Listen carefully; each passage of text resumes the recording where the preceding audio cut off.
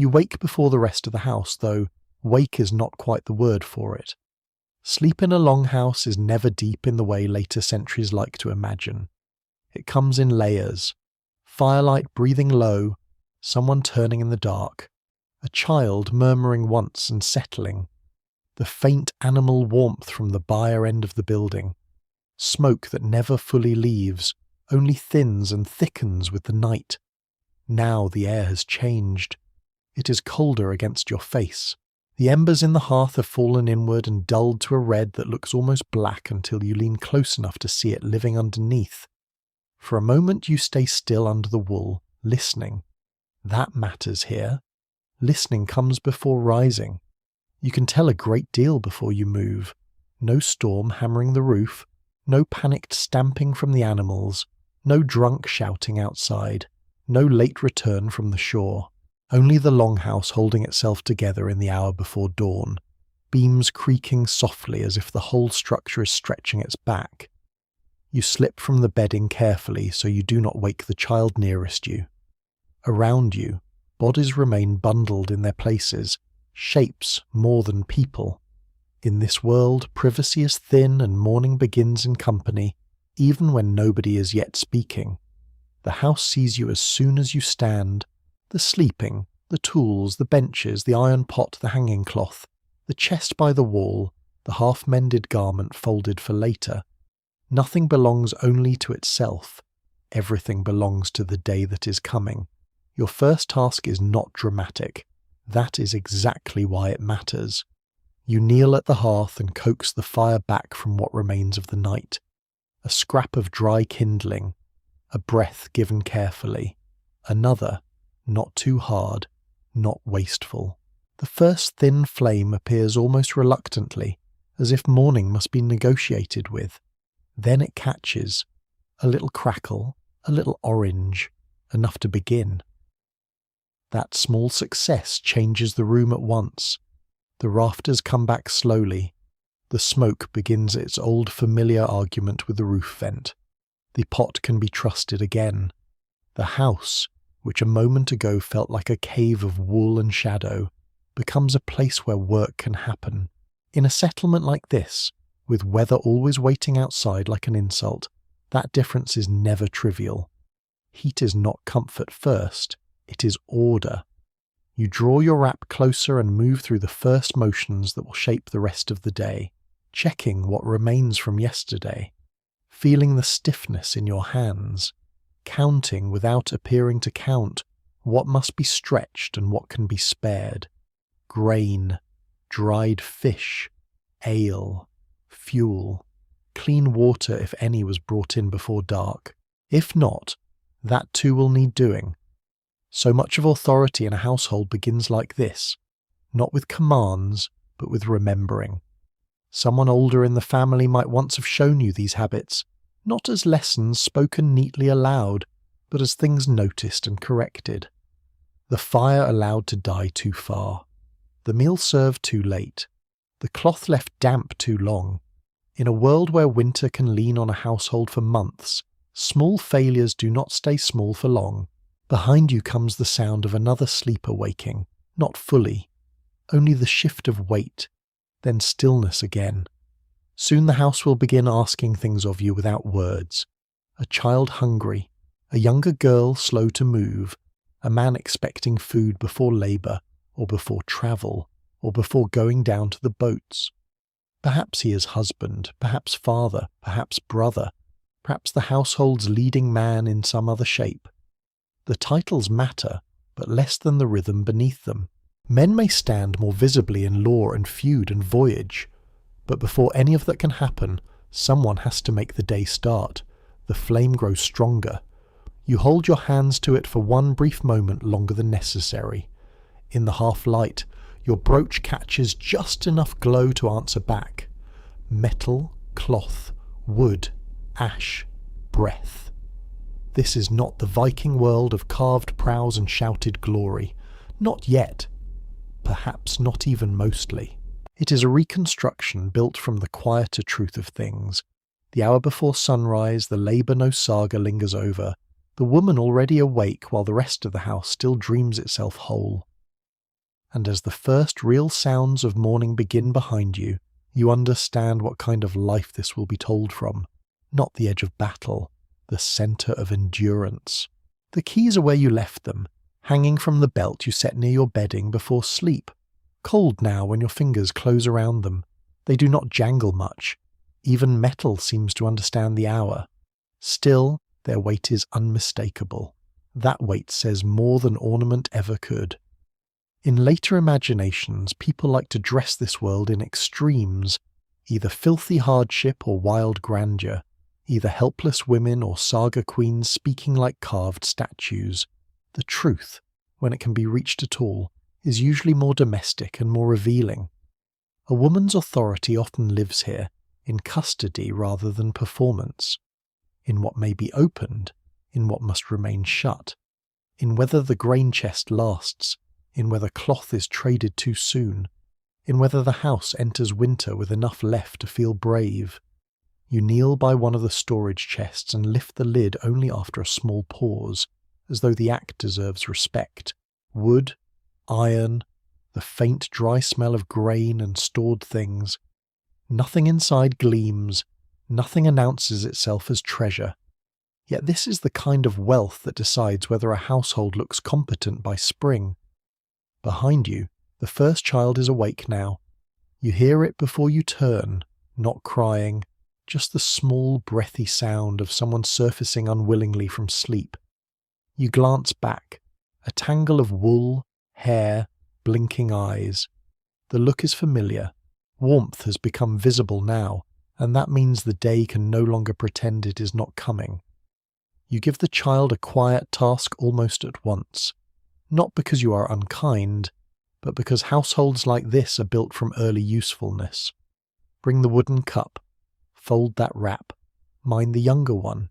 Even childhood sits close to labour here, not harshly at every moment, not without tenderness, but undeniably. Hands are expected to learn. The light grows by degrees, filtering in from the smoke hole and the door edges in a colour that is neither night nor day. In it, the longhouse reveals itself more honestly. The benches worn smooth, the packed earth floor marked by yesterday's traffic, the loom weights waiting in stillness, a spindle set aside, a knife exactly where it should be. This kind of order is never accidental. It is made and remade daily, often by the same person, until competence becomes almost invisible. That invisibility is one of the quiet tricks of history. The more essential the labour, the easier it is for later storytellers to look past it. Someone coughs awake near the wall. Another shifts under a blanket and mutters something you do not catch. The house is rising unevenly, person by person, like embers finding flame at different speeds. Soon there will be voices, footsteps, requests disguised as assumptions. You move before they fully arrive. Water is checked. The pot is steadied. A crust from yesterday is broken apart for the youngest. You measure without measuring. Too much now, and you feel it later. Too little, and the morning sours into complaint or weakness. This is not just service, it is management, and everyone in the room lives partly inside your judgments whether they name it or not. Then one of the men sits up, hair flattened from sleep, face still somewhere between boy and burden. He looks first toward the hearth, then toward you, only briefly, but that glance contains a whole structure. Has the fire returned? Is food coming? Is the day holding? You do not answer aloud. You do not need to. The answered fire is already there. Outside, beyond timber and turf and the last dimness before sunrise, the settlement is beginning its own slow awakening. Somewhere another woman is bent over another hearth. Somewhere a door bar is lifted. Somewhere animals are being fed, water carried, cloth shaken out, yesterday turned into today by hands that will not be sung about often enough. And that may be the clearest way into this world. Not through the famous voyages that leave the shore, but through the women who make departure possible and survival ordinary. The house is awake now. The keys rest again against your side. The fire has taken. Morning with all its needs has accepted your terms. By the time the room is properly awake, the Longhouse has begun judging everyone by appearance. Not in the foolish way of later courts, with mirrors and rehearsed poses and silk too delicate for work. More practically than that. More quietly. A hem that has been cared for. A cloak pinned well enough to stay out of the way. Shoes that can survive wet ground. Hair brought into order before the day starts claiming it. In a world where so much can go wrong outdoors, the body must be prepared indoors first. You dress in layers that feel less like costume than readiness. Linen nearest the skin if the household can afford the comfort of it. Wool above, fastened where it needs to hold, not where it merely flatters. The cloth has memory. It knows the pull of your shoulders, the bend of your elbows, the places that wear first. Nothing about it is careless. Nothing can be. Even the smallest piece takes labour measured in patient hours. Sheep shorn, wool cleaned, fibres drawn out, thread spun, cloth woven, seams made, repairs repeated. To wear clothing here is to wear time. The brooches come next. They are useful before they are beautiful, though of course they are meant to be seen. Oval brooches, if you have them, sitting at the chest where they hold the overdress in place. A string of beads between them perhaps. Amber or glass or whatever the household possesses and keeps. A knife may hang there too. Small tools. Small proofs. Not vanity exactly. More like visible evidence that you belong to a world where women are expected to carry, fasten, mend, distribute, unlock, remember. You do not look at yourself all at once. There is no great polished mirror waiting to flatter or accuse. Perhaps only a glimpse in a bit of metal, dim and partial, or the instinctive knowledge of your own arrangement as your fingers smooth cloth into place. This too changes the feeling of dressing. You're not composing an image for yourself alone. You're preparing to be read by others. That reading begins immediately. An older woman notices if your fastening is hurried. A younger one notices if it is neat. Children notice everything without understanding any of it. Men notice different things and often pretend they do not. A household learns to read competence from surfaces because surfaces are what the day first offers. If the belt is set properly, the key secure, the apron ready, the hair bound back, then the rest of the morning seems more likely to hold. You reach for the belt and feel again that familiar downward pull once it settles around your waist. This is where authority becomes physical. The knife, the pouch, perhaps the keys again, depending on the household and the moment. What hangs from the body tells a story that spoken claims do not need to repeat. Some women in the Norse world clearly held real responsibility inside the home economy, and later graves, tools, and household objects suggest lives shaped by management as much as by obedience. Not unlimited power, not equality in any simple modern sense, but neither a life of decorative silence. The child from earlier watches you now with the solemn concentration children reserve for rituals they will one day perform without thinking. You tuck a loose edge back into place. You retie a cord. You pull another garment straighter over narrow shoulders, and for a second the whole room feels built from repetition across generations, one body learning from another how to become legible in its own time. At the far end of the house, someone laughs softly at some private morning annoyance. A man curses under his breath as he fumbles with a shoe thong. The sound is brief, almost gentle. The house is fully human now, warm enough to speak in, bright enough to see what still needs doing, and still, the work of clothing is not finished when the garments are on. You remain aware of them as the day begins to move around you.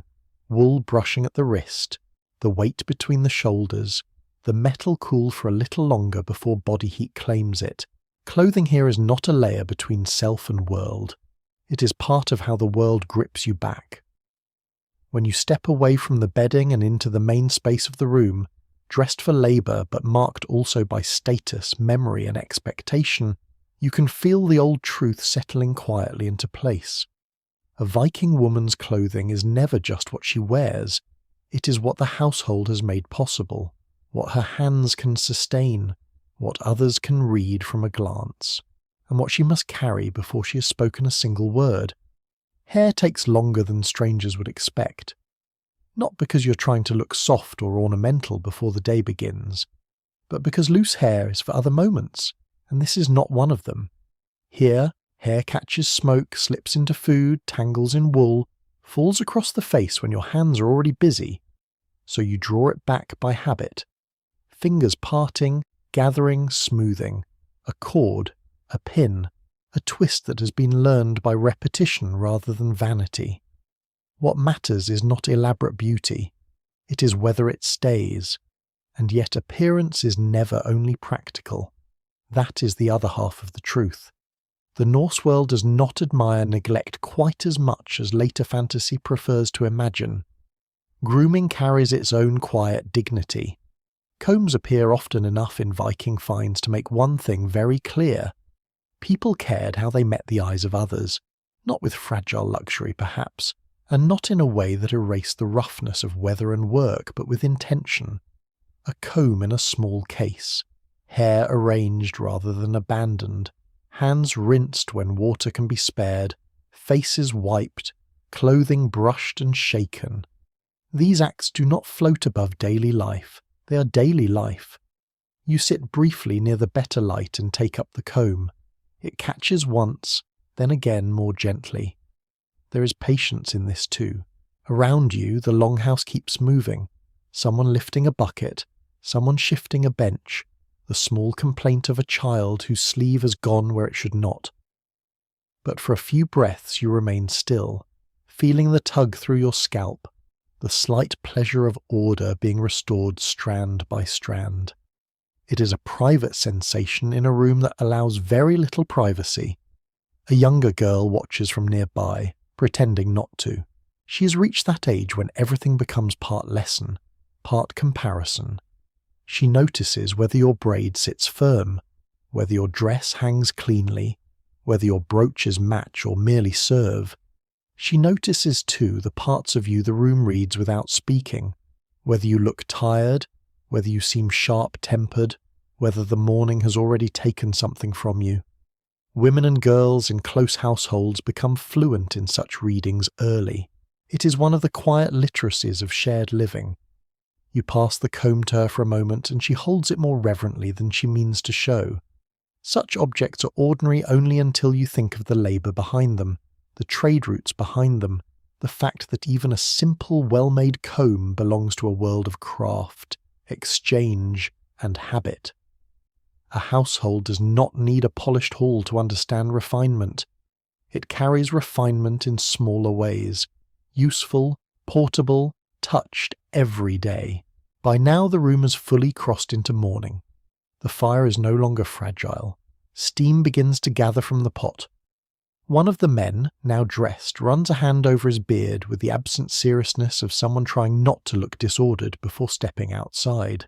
That too tells its own story.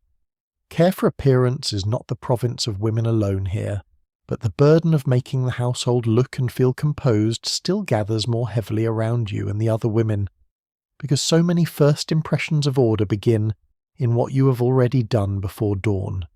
You rise and adjust the last details almost without thinking.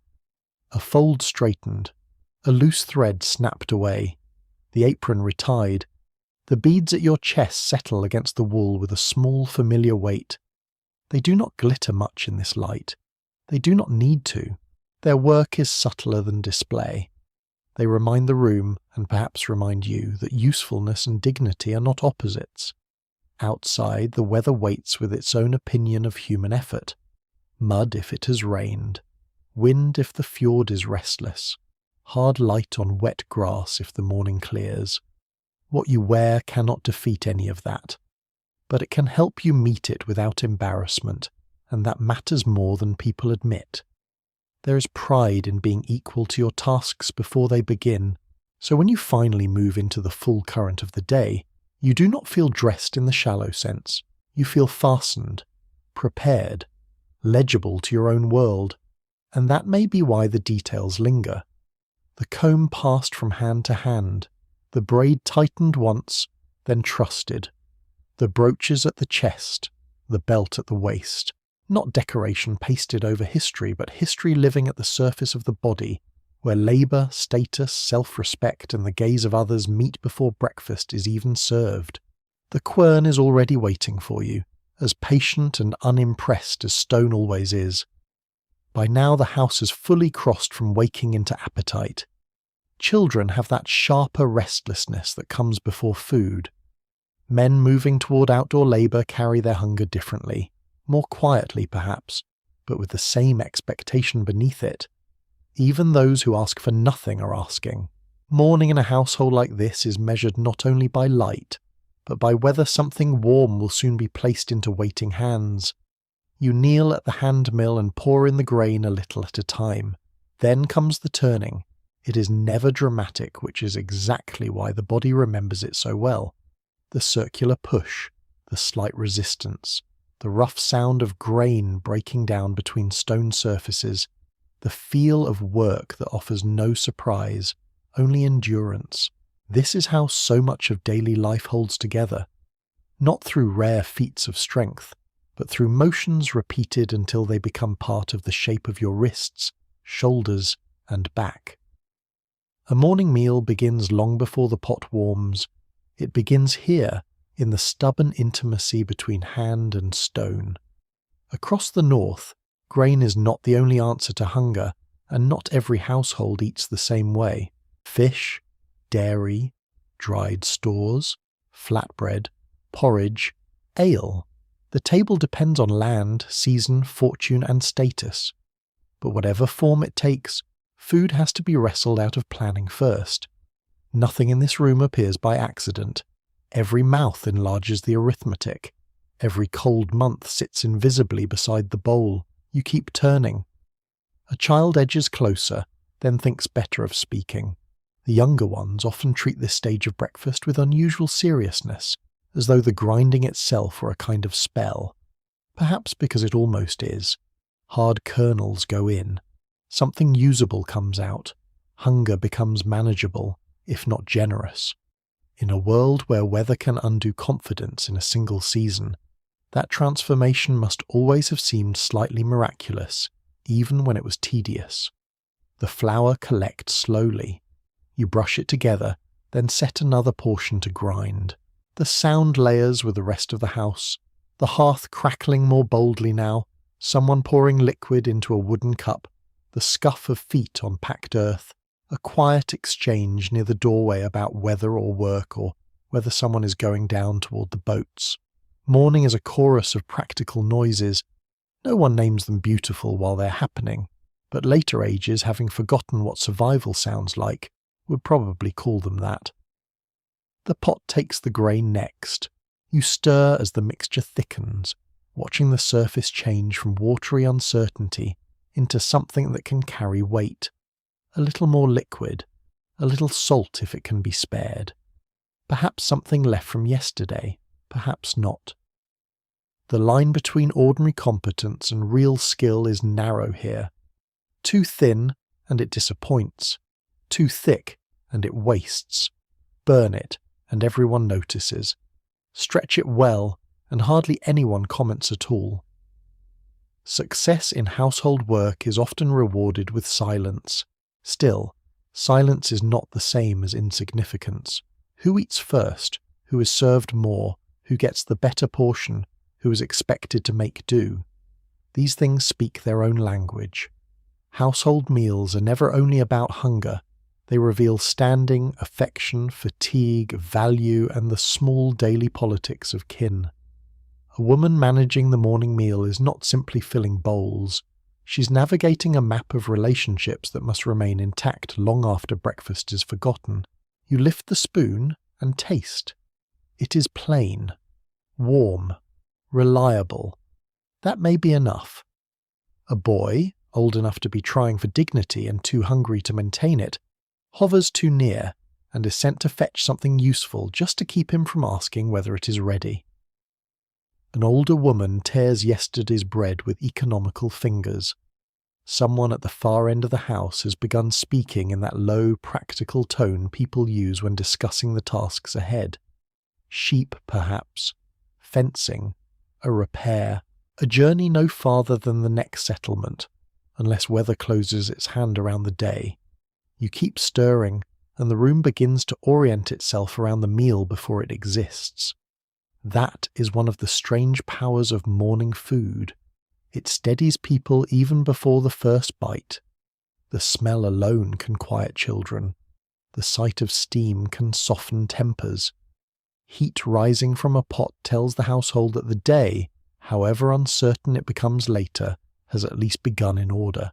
And here, bent over breakfast while the house leans toward you without quite admitting it, you can feel one of the clearest truths of this life. Care is not sentimental first. It is logistical, rhythmic, sometimes tired, sometimes invisible, but it is still care. It arrives in the bowl before it ever reaches the tongue.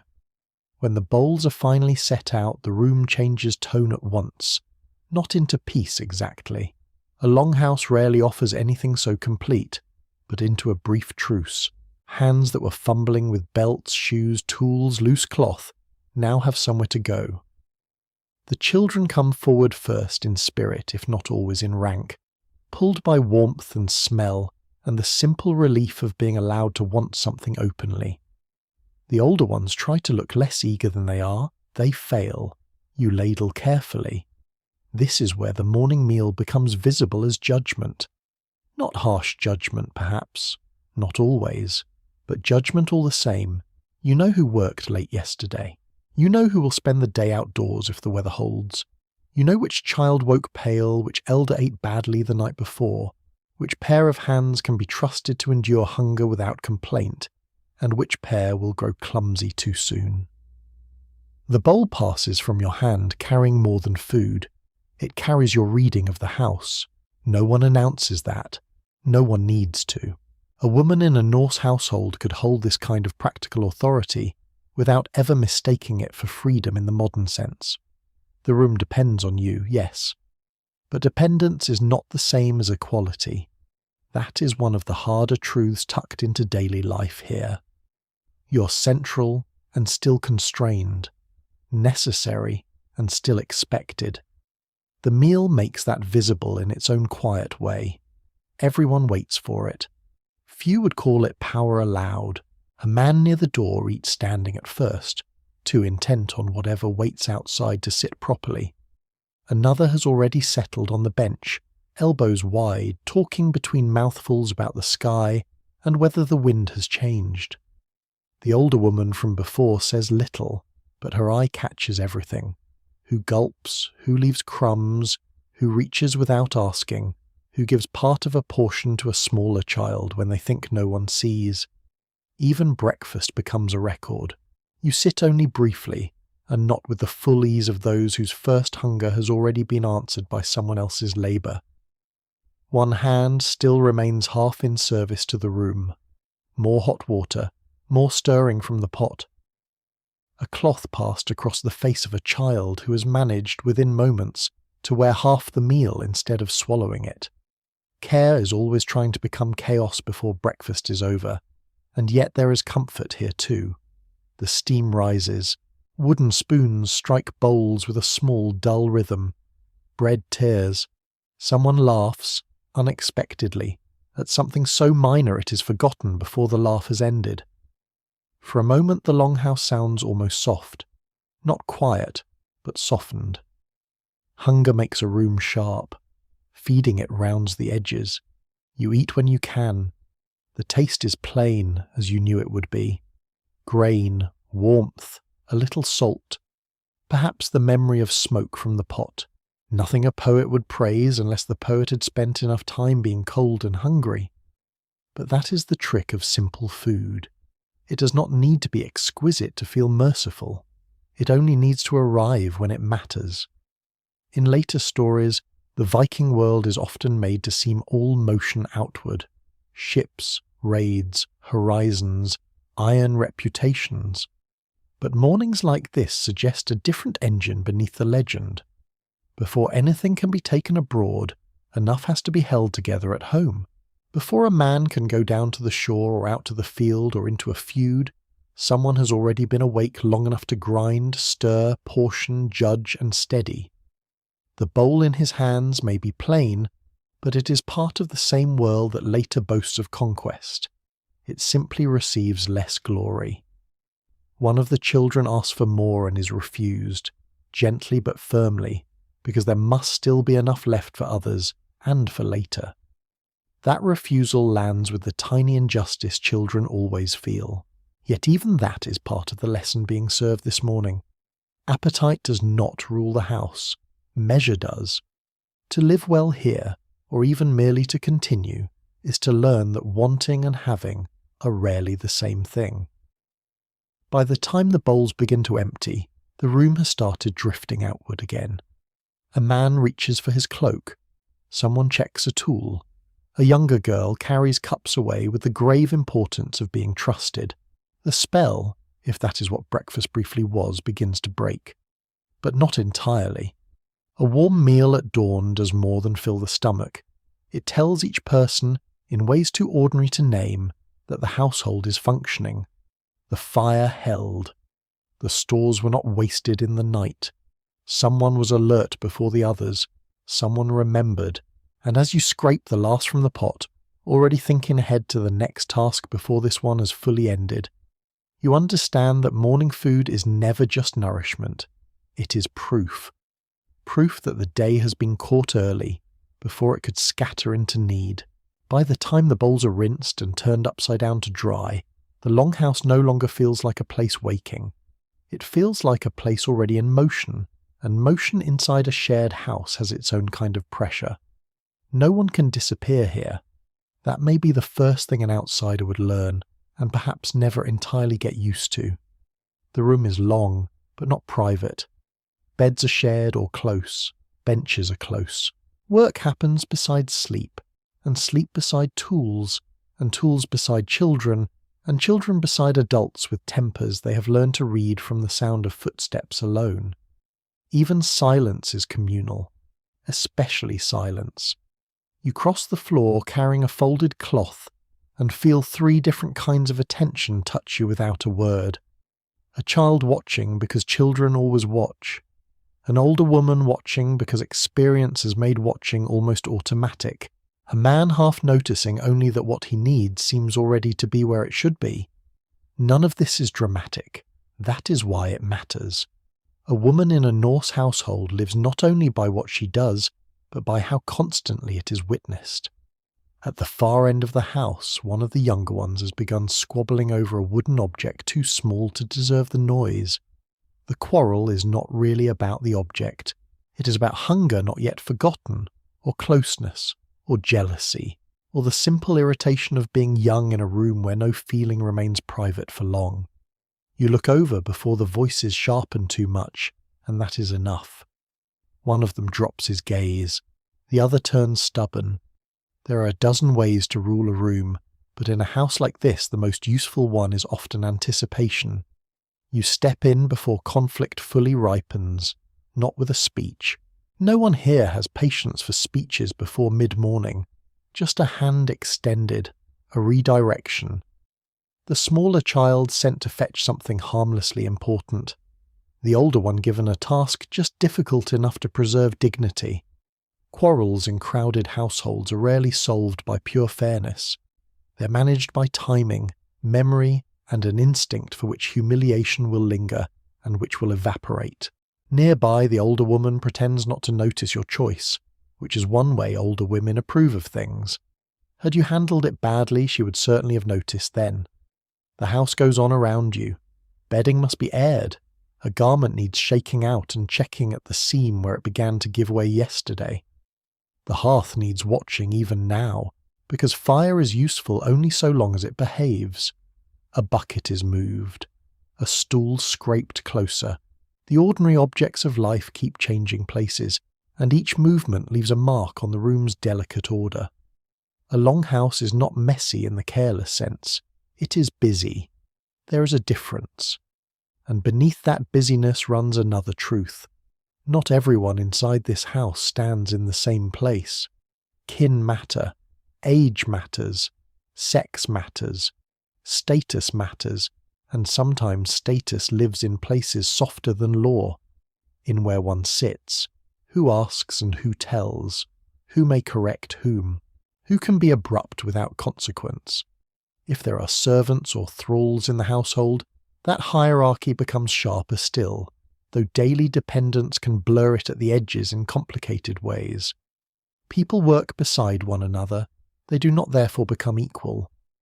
A younger woman near the loom glances toward you before making some small decision about thread, and you answer with the smallest nod. That is all. But again, the gesture contains more than it seems.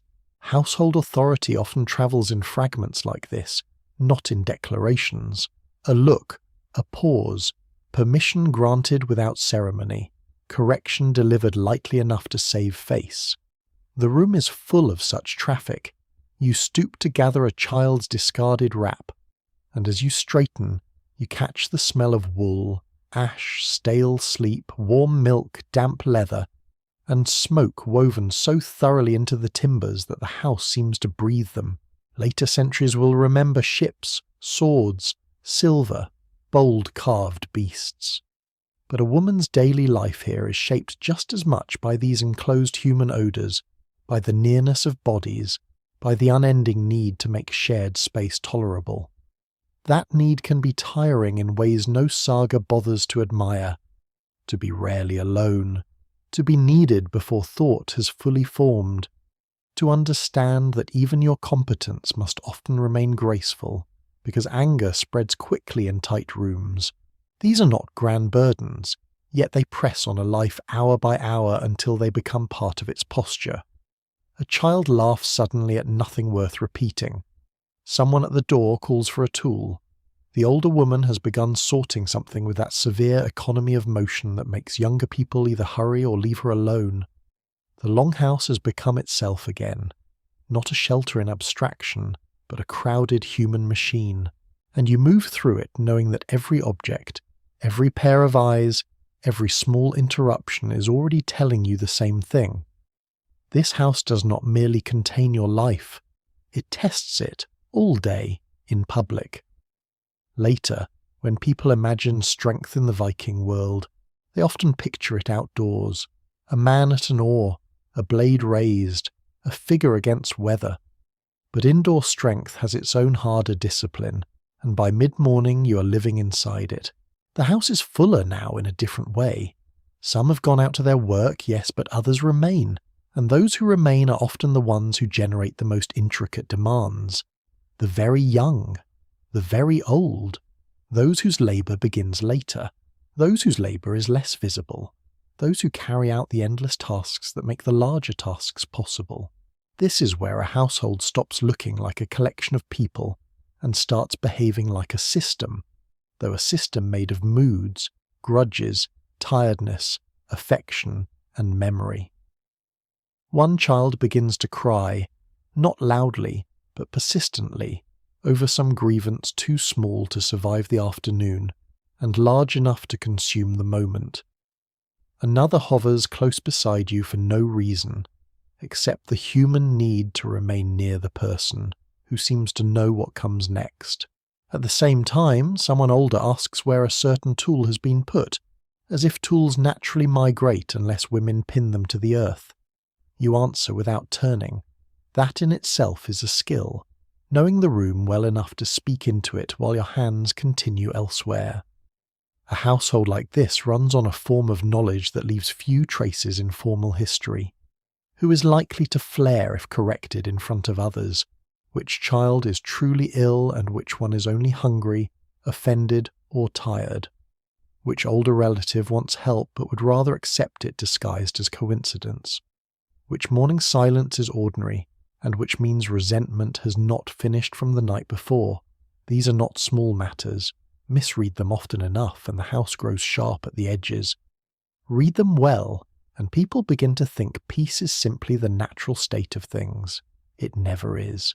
You feel it now in the way one conversation nearly turns, a remark passed too quickly, a look held half a heartbeat too long, nothing anyone from outside would notice, but you notice. The room changes pressure the way weather does.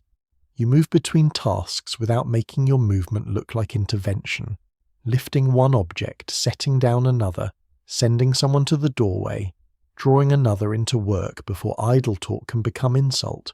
This is diplomacy in wool sleeves, carried out on a packed earth floor. No one thanks diplomacy while it is working. That is one of its stranger dignities. Near the wall, a young woman has paused over her sewing, not because the seam is difficult, but because her thoughts have slipped elsewhere. Perhaps worry, perhaps resentment, perhaps only fatigue. You sit beside her for a moment under the excuse of checking the cloth. You say very little. In close households, comfort often arrives sideways. A direct question may force a person into pride. A shared task lets them remain intact. After a while, she resumes. The seam continues. So does the day. There are harder realities underneath all this. In some Viking households, enslaved people were present. In others, the hierarchy may have been less extreme yet still unmistakable. Kinship could shelter, but it could also trap. A woman might hold authority inside her domain, and still live inside a structure shaped by male inheritance, male alliances, male claims made elsewhere in law and custom. The room does not erase those truths just because it relies on you. It simply complicates them. Dependence travels in more than one direction here. You pause at the doorway for a breath of colder air and look back in. The longhouse is dimmer away from the hearth, beams dark above, smoke caught in the higher spaces, light touching only parts of faces and hands. From here the room looks almost calm. A child bent over some serious small occupation. Cloth in a lap, a cup passed. Someone mending, someone sorting, someone resting without truly resting. If you did not know better, you might think the piece belonged to the house itself, but you do know better. Peace, such as it is, has been made, maintained, adjusted minute by people, and often by women, whose labour is easiest to overlook because it leaves the room looking ordinary. That may be the most deceptive surface in history, a household that appears to be simply functioning. When you step back inside, the warmth meets you again, together with the old mingled sense of smoke, wool, milk, damp wood, and breath. Someone asks for you at once. Of course they do, and as you turn to answer, without surprise and not without weariness, you feel the private truth that sits beneath the public one. Life in a Viking household is not only labour of the hands, it is labour of attention, of timing, of self-command, of being woven so tightly into the needs of others that even the rare quiet moments still ring with readiness. The spindle begins moving almost before the room is ready for it. That is the nature of textile work here. It slips into the day wherever hands can spare a little steadiness. Between interruptions, beside conversation, near the hearth when the light is better, closer to the doorway when smoke grows stubborn, farther in again when the wind changes its mind. Wool is patient, but it is never finished. That may be the first thing you feel when you take the distaff into your hand. This work is not a task with neat edges. It is a current running underneath life itself. You draw out the fibres carefully. Too fast and the thread weakens. Too slow and the rhythm breaks. The spindle turns, drops, twists, gathers. The motion is small, almost graceful from a distance, but the grace comes from repetition rather than ease. Fingers learn tension the way a good ear learns pitch. You do not need to think about every turn now. The body has already been taught. Even so, the wool punishes distraction. A thick patch here, a thinning there. One careless pull and the line breaks, leaving you to join it again with more patience than pride. Around you, the longhouse continues its usual claims on your attention. A child asks something. Someone crosses behind you carrying a bundle of cloth that smells faintly of damp storage.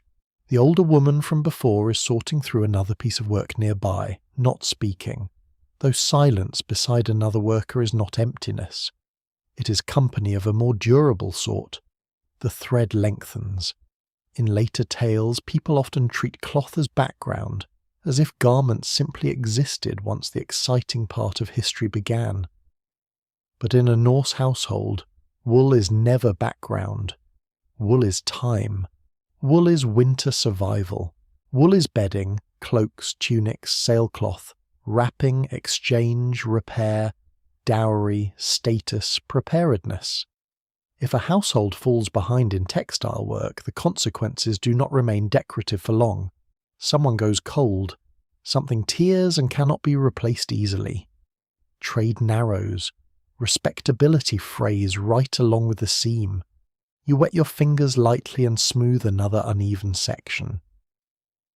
There is a seriousness to this that outsiders might miss because it looks so quiet.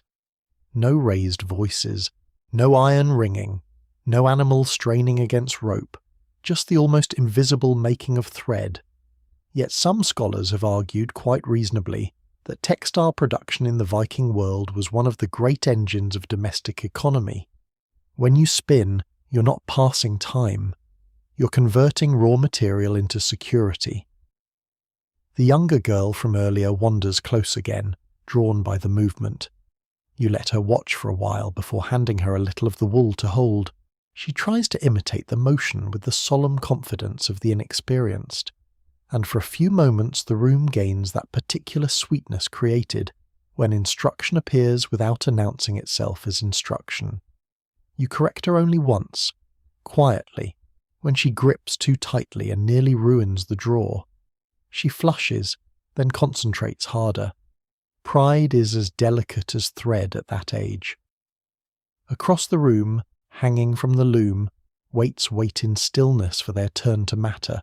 They are heavy, plain, almost severe in appearance, yet they promise the next stage of the work, the moment when spun thread becomes cloth, and cloth becomes something the household can depend on.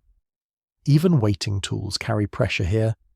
They remind you that no part of the process stands alone. A bit of fleece drifts loose and catches briefly in the warmer air above the hearth before settling to the floor. You watch it fall and think, not for the first time, how much of a woman's life in this world passes through the hands in forms too soft to seem powerful. Wool, flax, yarn, fabric, worn cloth turned and restitched, scraps saved because scraps become used later. But softness is not weakness. Soft things line cradles, pad chests, shield skin from cold, wrap the sick, mark the respectable, fill ships with sails. By now the spindle has given you a satisfying length of even thread. You wind it, begin again, and feel the old rhythm reclaim you.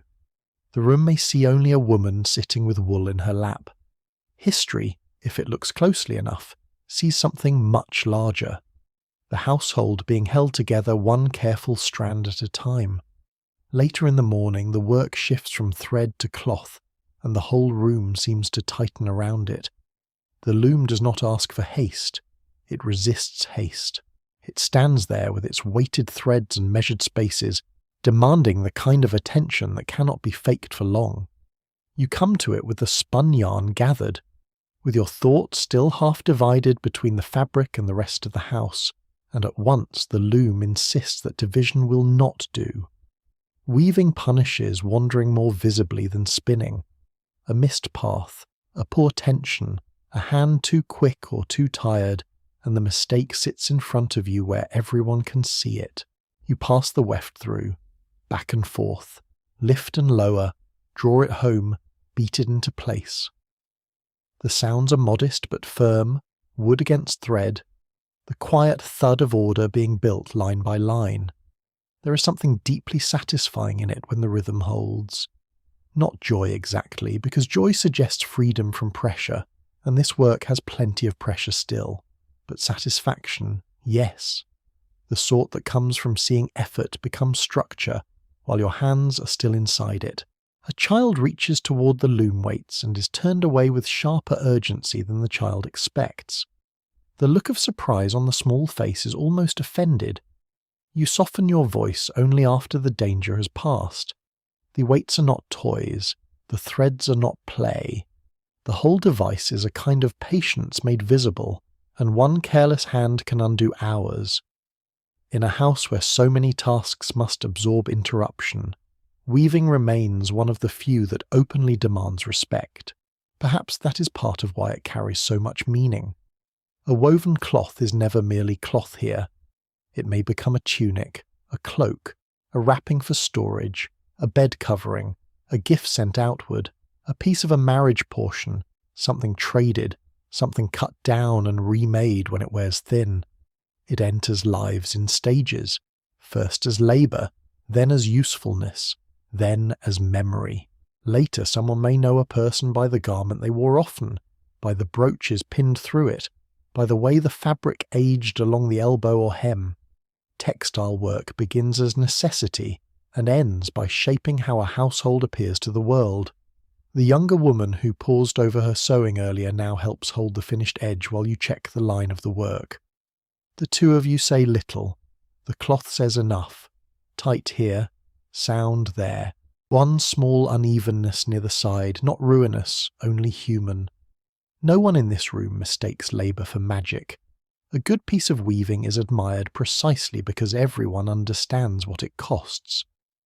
Near the hearth, the older woman glances over at last and gives the barest nod. Again, the economy of approval. A worse judge might lavish praise carelessly. She never does. Which means that when she allows herself even that small sign, it lands with real weight. You continue. Outside, someone calls. A dog answers. Wind presses once against the walls and moves on. Life keeps tugging at the edges of the task, but the loom holds you in its own stricter tempo. Up, through, down, pull, beat. It begins to feel less like making and more like settling a dispute between loose things, persuading separate strands to accept a future together. There is a lesson in that, though not one anyone here would bother to phrase aloud. Households too are made by tension properly held. Too slack and they fail. Too tight and they snap. By midday your shoulders have begun to feel the work in a different way than they felt the quern or the pot. This is a more fixed strain, less obvious, but it lingers. Textile labour often does. It leaves its mark quietly. The neck stiff at evening, the fingers still remembering resistance after the hands are empty. That quietness is one reason such work disappears so easily in grander stories. It does not shout its cost, and yet the Viking world would look very different without it. Ships needed sails, bodies needed warmth, status needed visible form, trade needed goods, marriage needed objects that could travel between families and hold value beyond the feast day. The famous outward life of the age rested partly on inward work like this, on women bent over thread and loom in rooms that smelled of smoke and wool. At last you pause and lay your hand flat against the woven section, feeling its firmness under your palm. There it is, not finished, never that quickly, but real, growing. A man returning briefly through the room may notice only that cloth is being made, in the same way he notices fire when it is already burning, or food when it is already served. But you know what sits inside those neat lines. Morning hours, trained fingers, withheld impatience, saved material, corrected error, inherited skill. The fabric looks calm. The labour inside it is anything but accidental. And as you stand back from the loom for a moment, letting your shoulders ease and your eyes rest on what has taken shape, you understand why thread and cloth carry such weight in this life. They are not side work. They are one of the ways a woman turns time itself into shelter. By the time you step outside, the day has already gathered its real weather. Inside, the longhouse could soften things a little. Smoke blurred the edges. Fire argued with cold. Wool and timber kept the wind at a distance, even when they could not truly defeat it. Outside, there is no such negotiation. The air touches your face directly, cool and damp enough to wake every thought at once. The ground is uneven underfoot, marked by traffic, weather, hooves, spilled water, and the slow trampling of daily life into earth. The yard is already speaking in chores. A bucket waiting near the doorway. A patch of mud turned darker where someone has recently crossed. A faint, sharp smell from the animals. Wooden vessels needing rinsing. A fence that does not look broken exactly, but no longer looks trustworthy either. Nothing here presents itself as grand labour. Everything presents itself as the next necessary thing. You gather your skirts a little and move toward the byre end first. The animals know the hour almost as well as you do. They shift, breathe, stamp, watch. Their needs do not care what else the house must manage. Milk will not wait because thread had to be spun. A tether does not hold because a child was crying. The outdoor work begins with that simple humiliation every practical life eventually learns. The world of bodies keeps its own schedule. You crouch beside the milk vessel, your hands already remembering the motion before the first warm streams strike the container. The sound is soft, rhythmic, almost more intimate than speech. Steam rises faintly in the chill air. The animal's flank is warm near your shoulder. For a few moments the whole world narrows to pressure, release, warmth, patience. It would be easy for later imaginations to miss the importance of this because the act looks so ordinary. But dairy work mattered enormously across much of the Norse world. Milk, butter, curds, skyr, whey. These were not luxuries floating around the edges of life. They were part of how households endured. A woman working with animals and dairy was not engaging in some rustic side task. She was helping shape the household's actual margin of safety. You finish, shift the vessel carefully, and check the next thing before the first can even be set aside. That is the feeling of outdoor domestic work here. No clean transitions, only overlapping necessities. Water must be carried or checked. Waste must be dealt with. Tools left outside must be judged against the sky. The yard and its edges reveal yesterday's neglect immediately. Indoors, disorder can sometimes be folded, stacked, or dimmed by smoke. Outside, weather becomes the critic. A younger helper trails after you, useful in bursts and distracting in equal measure. You give small instructions as you go. Lift that end. Not like that. Use both hands. Watch the mud. No, not there. A woman's labour outdoors includes training as much as doing, though training rarely slows the work enough to feel noble. It usually feels like doubling it. Beyond the nearer buildings and fences, the land opens in ways both generous and unforgiving. Depending on place and season, women in Norse settlements could be involved in tasks well beyond the doorway, helping with haymaking, gathering, processing food stores, tending animals, carrying, preserving, checking what the weather was about to ruin if no one acted in time. The old modern division between inside and outside, between women's work and real work, grows hard to maintain once you stand here with cold air in your lungs and muck on your shoes. You set the milk aside and turn to the stored containers, checking lids, lifting one, then another. A household lives and dies by such inspections more often than by anything dramatic. Has damp got in? Has something spoiled? Has a vessel cracked? Has a careless hand left something exposed?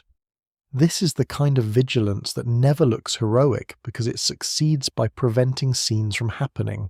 A breeze comes across the yard carrying the smell of wet earth, animals, wood smoke, and distant salt if the settlement lies near open water.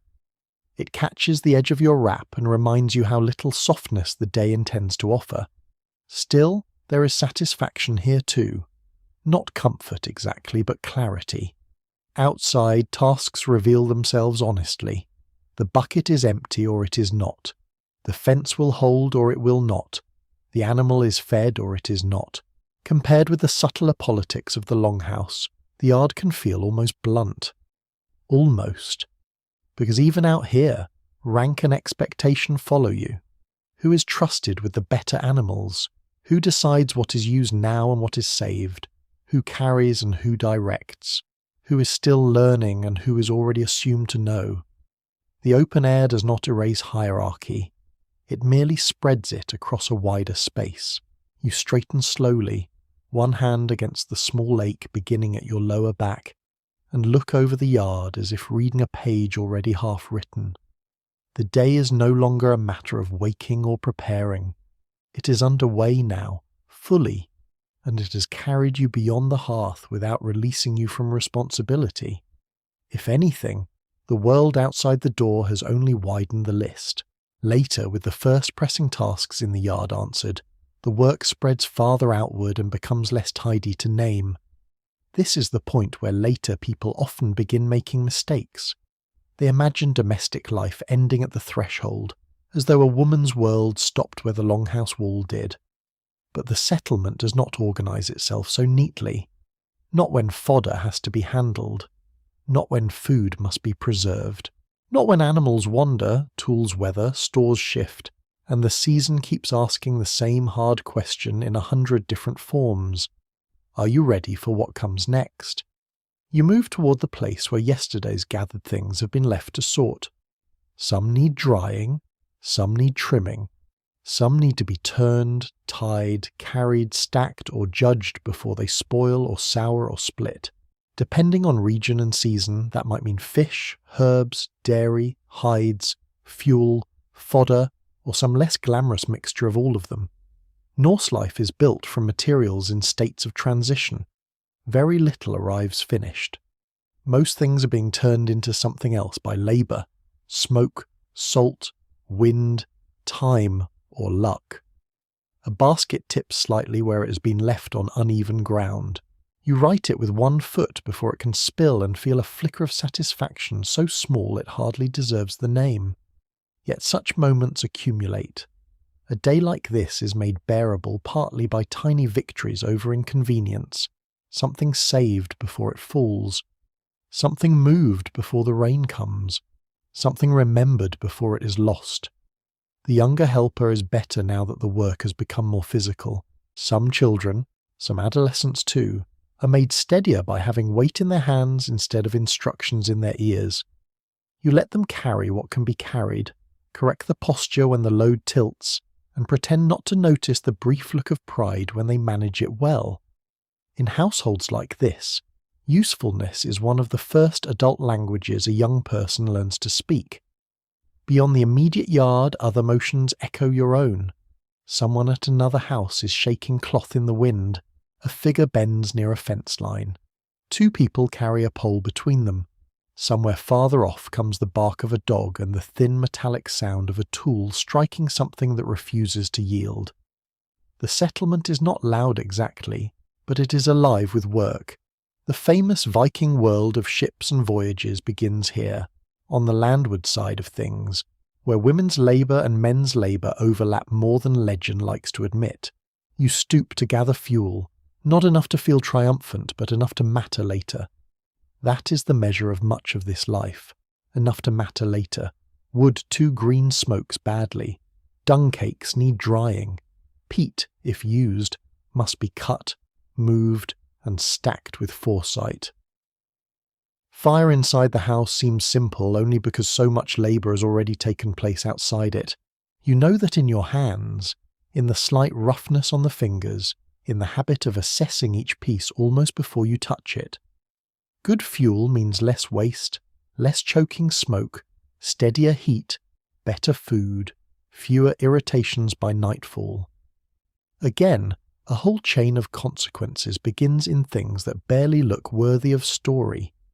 Then comes the fence, not broken, as you noticed earlier, but doubtful. You kneel by it now and test the loosened place more honestly. Wood flexes where it should resist. The binding has begun to give, not disastrously, not yet.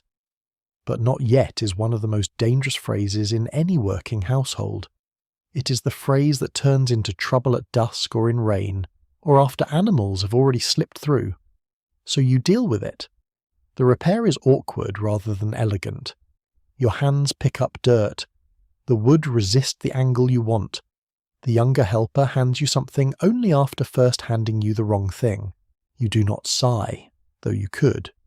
You tighten, adjust, test again. Better. Not perfect, good enough to trust for now. Much of practical competence lives in that phrase, good enough to trust for now. The world rarely offers finished certainty. A gust of wind moves across the open ground and brings with it the smell of sea or river again, mixed with manure, damp grass, animal heat, and smoke from several hearths at once. It is not a poetic smell, not in any soft or polished sense, yet it is honest. It smells like people refusing to let raw materials remain raw. It smells like effort pressed against season. You straighten, brushing your hands against your apron, and for a moment you look back toward the longhouse. From here it seems sturdy, almost restful, its roofline low against the sky. But you know better than that. Rest inside must be earned out here first, and that may be the deeper truth of this part of the day.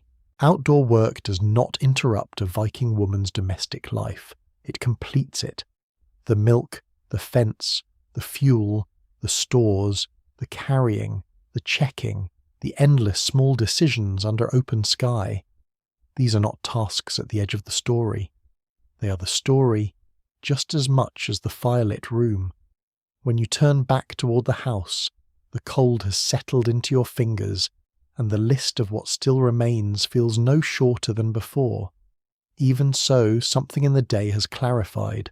You have stepped beyond the doorway and found not freedom from responsibility, but its wider shape.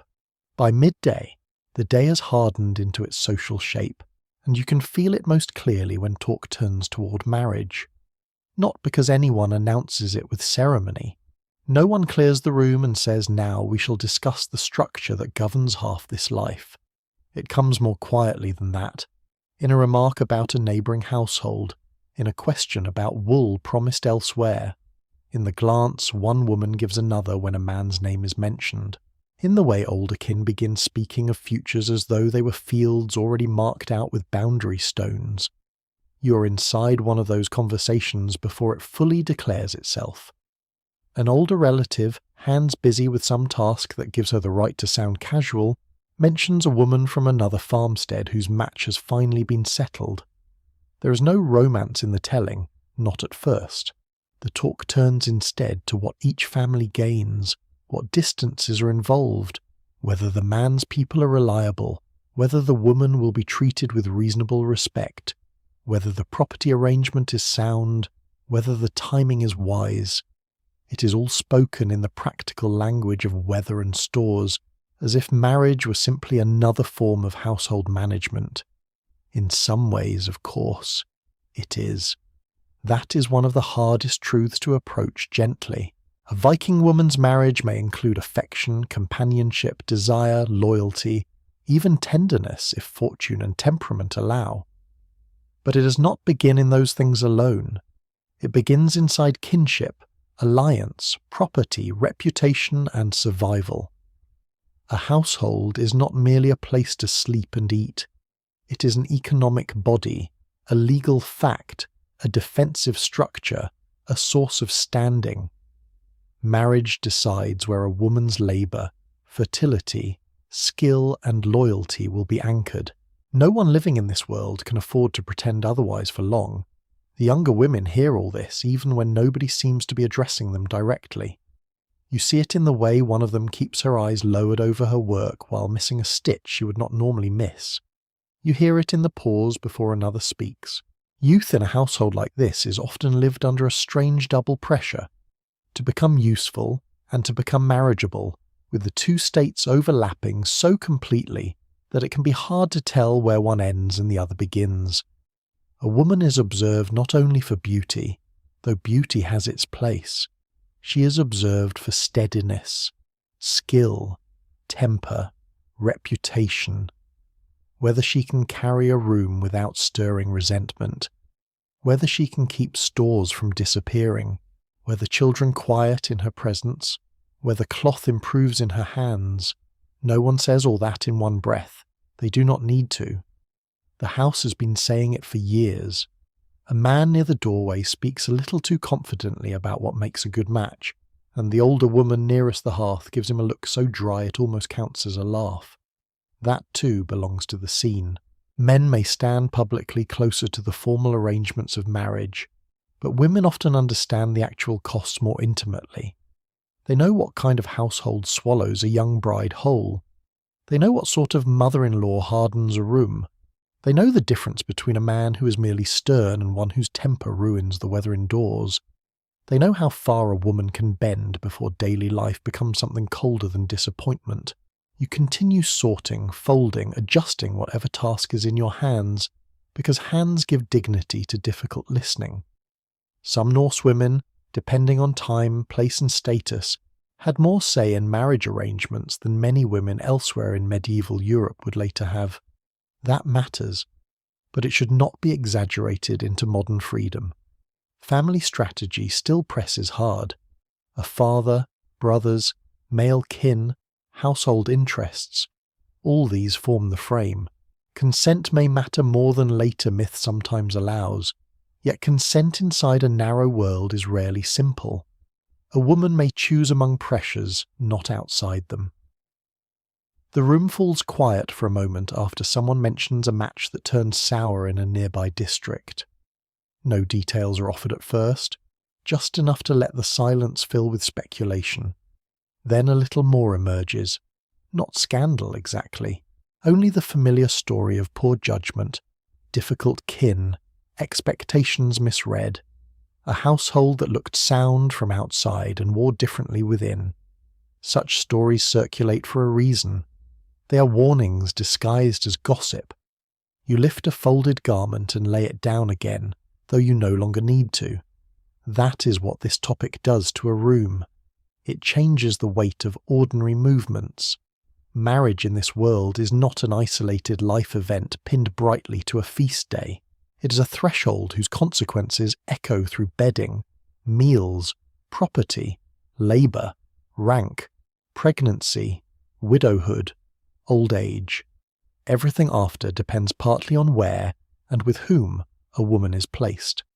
And because that truth is too large to say directly, the household approaches it sideways, in half comments and practical phrases, while the day goes on around it. Someone pours drink. A child drifts too close and is sent away. Outside, wind touches the wall and moves on. Inside, the conversation settles like a second weather, one everyone feels and no one can entirely escape. By afternoon, the talk has thinned, but its pressure remains in the room like smoke after the fire settles lower. That is often how marriage works here. Not as one great speech or one single bargain laid dramatically on the table, but as a condition of life that keeps revealing itself in smaller forms. A chest discussed, a garment put aside, a question about land or livestock, or what a woman may bring with her and what she may expect in return. The language stays practical because practicality is the only safe way to handle something so large. You carry a folded length of cloth to the chest and pause before placing it inside. It is not difficult to see how material things gather emotional force in a household like this. Cloth is not only cloth. A chest is not only storage. A brooch is not only adornment. These objects move across marriages, mark standing, help build a new home, or protect a woman from entering it empty-handed. What later ages might call dowry, or bride wealth, or household property does not feel like theory here. It feels like wood under the hand, wool under the fingers, metal with a little inherited weight in it. An older woman joins you, not to lecture, but to inspect what is being put by. She touches the cloth between finger and thumb, testing it more as judgment than curiosity. Good enough. Worth something. Worth keeping. The room does not need many words. In societies like this, objects often speak before people do. A family's seriousness can be read in what it can send with a daughter, what it refuses to part with, what it expects her to guard, what it assumes she can manage once she crosses another threshold. Across much of the Norse world, marriage was not simply the union of two temperaments. It bound families, property, and future claims. A woman might carry some rights with her. She might expect maintenance. She might retain ties to the kin she came from.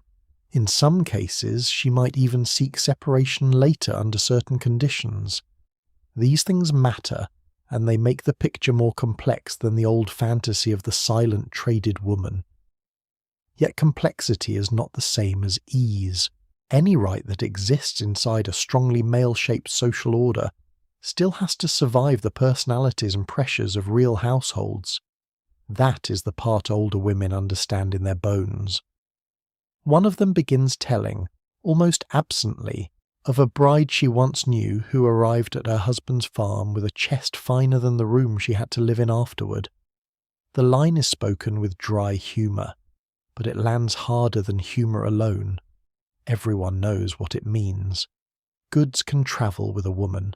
Security does not always travel as easily. A strong marriage arrangement on the day of negotiation may still sour under bad temper, miserliness, incompatible kin, or the slow erosion caused by a house that never really lets a newcomer belong. You keep your eyes on the chest as though the arrangement of cloth requires your full attention. Sometimes that is how women protect one another in conversation, by allowing painful truths to remain attached to objects instead of exposing them too nakedly in the air. A younger woman can listen while pretending to sort. An older one can warn while pretending to reminisce.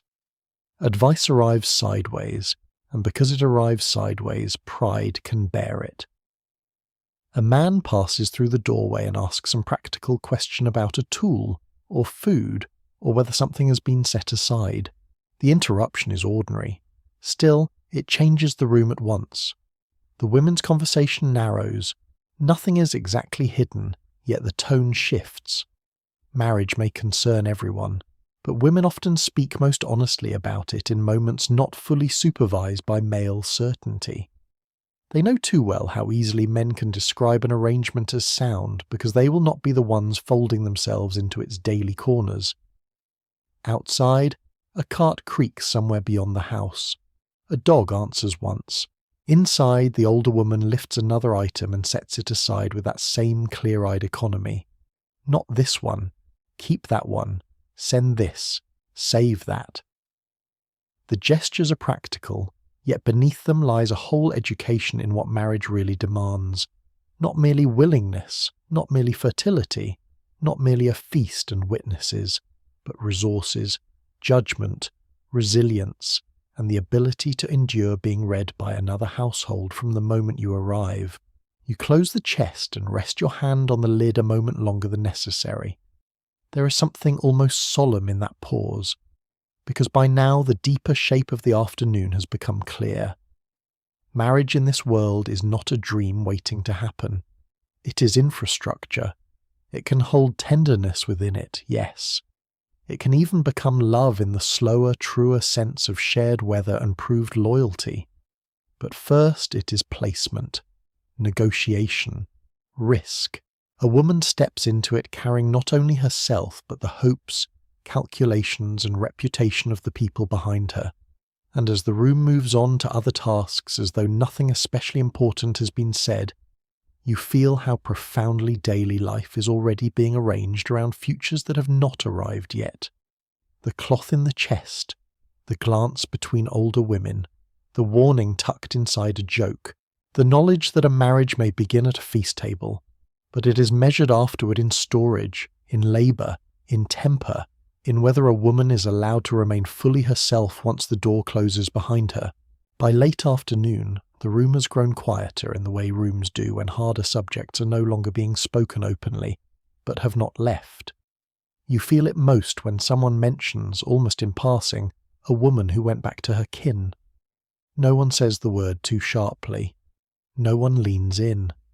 The sentence is set down lightly, as though it were only another fact among many. But it changes the air all the same. A woman returning to her own people after marriage is never just a detail. It means something has strained badly enough to be named.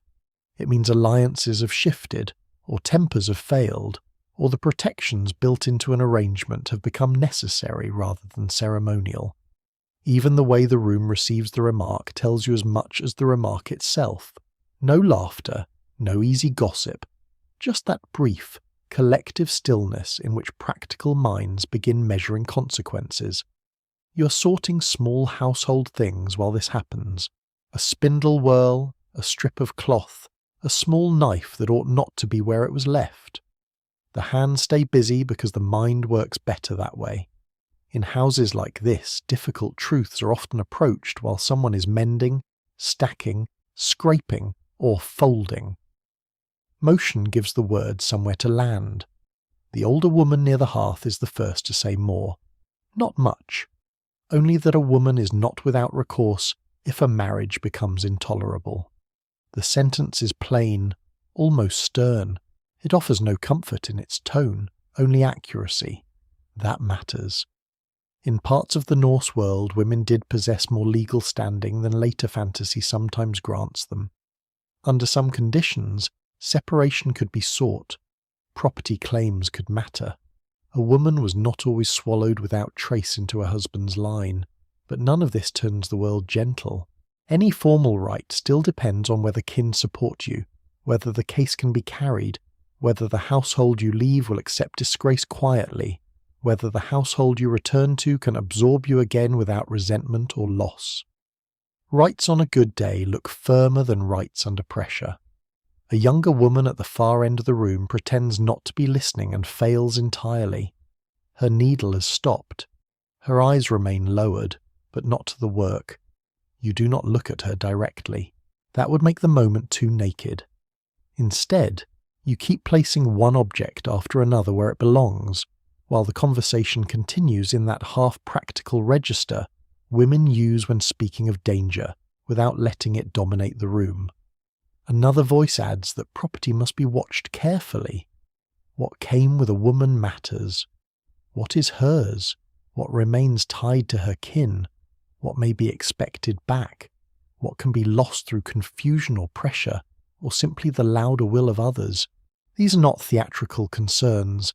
They live in chests, belts, brooches, livestock, woven goods, stored food, the sort of things people touch every day, and therefore sometimes forget are also legal and emotional facts. A woman's security is often distributed across ordinary objects. That may be why they're handled with such care. You lift the lid of a chest again and smell wool, wood, a trace of iron, and the drying clothes smell of things kept against future need. It is strange how much of a life can sit inside a box. Clothing for hard weather, cloth that can be traded, something inherited, something promised, something too valuable to use carelessly and too necessary to keep untouched forever. The contents do not announce themselves as power. Yet sometimes this is what power looks like in a woman's hands here. Stored competence, stored value, stored evidence that she did not come empty into the world and need not leave empty either. Outside, a voice calls briefly from the yard and is answered. The household steady. Inside, the talk has become even quieter and somehow more serious for that. No one romanticizes the matter. No one says a woman may simply walk away if unhappy, as though she were stepping out of a badly woven shoe. The costs are too obvious for such nonsense. Separation, dispute, public accusation, kin drawn in, property sorted, reputation tested. These things shake more than two people. They shake structures, which is exactly why the existence of such a possibility matters. It tells you that marriage, for all its weight, is not imagined as an unbreakable sacred mist. It is an arrangement with obligations, and obligations can fail. That knowledge changes the way the room feels. Not freer exactly, but clearer. A woman's life in this world remains bounded by family strategy, social expectation, childbearing, labour, vulnerability, and the enormous fact of male public authority. None of that vanishes, yet neither is she only a decorative captive in her own story. She may manage goods, preserve ties to kin, and, under certain circumstances, insist that a bad arrangement be recognised as bad. That is not modern independence, but it is not nothing. In daily life, not nothing can be the difference between despair and endurance. You close the chest and slide the small knife back to its proper place. The room resumes its breathing. Someone moves near the doorway. Someone else resumes sewing. The younger woman's hand begins again, stitch by stitch, as if the pause had meant nothing. But it did mean something. It revealed one of the hidden doors inside this world. Narrow, difficult, costly, but real. As evening edges nearer, the conversation turns from rights in the abstract to something harder to hold. What it actually costs a woman to use them. That is where the room grows most honest. Not louder, never louder. Honest in the older way, where people lower their voices because truth is already heavy enough. A woman may leave, someone says, if matters become unbearable. Yes. But where does she go first? To her own kin, if they will take her. And if they do, under what strain? A daughter returning is not only a daughter returning, she's another mouth, another bed space, another problem that may become public, another reminder that an alliance once agreed upon has not held. The older woman near the hearth picks up a garment that needs mending and works at it while she speaks, her eyes on the cloth rather than anyone's face. That, too, is part of how difficult things are said here. You do not pin them directly onto another person unless you must. You let the thread pass through wool. You let the words pass through the air the same way. She says a woman needs more than hurt feelings to survive such a change. She needs support. She needs witnesses, perhaps. She needs people willing to stand beside her version of the household and not automatically accept the man's. She needs enough left in her own name, or enough kin behind her, not to return stripped of dignity. The room receives each of these truths without argument because none of them sound surprising. That is what makes them grave. A younger child wanders too close and is sent off with a wooden spoon and a task invented on the spot. The child accepts the mission with solemn importance and disappears. For a few moments the older women say nothing. You hear only the low pop of the fire, the murmur of movement at the other end of the house, the tiny scrape of needle through cloth. You begin retying a bundle of stored items, tightening the cord more carefully than necessary. Some women, no doubt, endured more than they wished because returning was harder than staying. That is the shape of many societies, and there is no reason to pretend the Norse world floated free of it. A legal possibility is not the same thing as an easy path, yet the very existence of the possibility leaves its mark on daily life. It means a woman is not imagined purely as absorbed forever, with no claim left behind her. Her birth family still matters. Her property may still matter. Her public standing is not entirely dissolved into another household's will.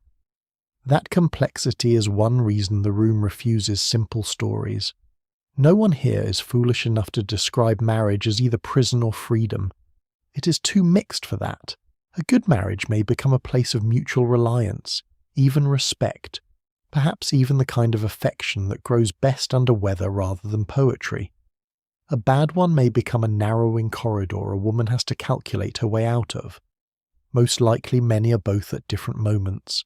Household life wears people down and binds them closer at the same time. Contradiction is not a flaw in the picture, it is the picture. A woman across the room says something dry and understated about a husband who is easier to leave in story than in winter. That earns the nearest thing to laughter the subject can manage. Not because the room finds suffering amusing, but because women have always used wit to say what cannot safely be said in a raw form.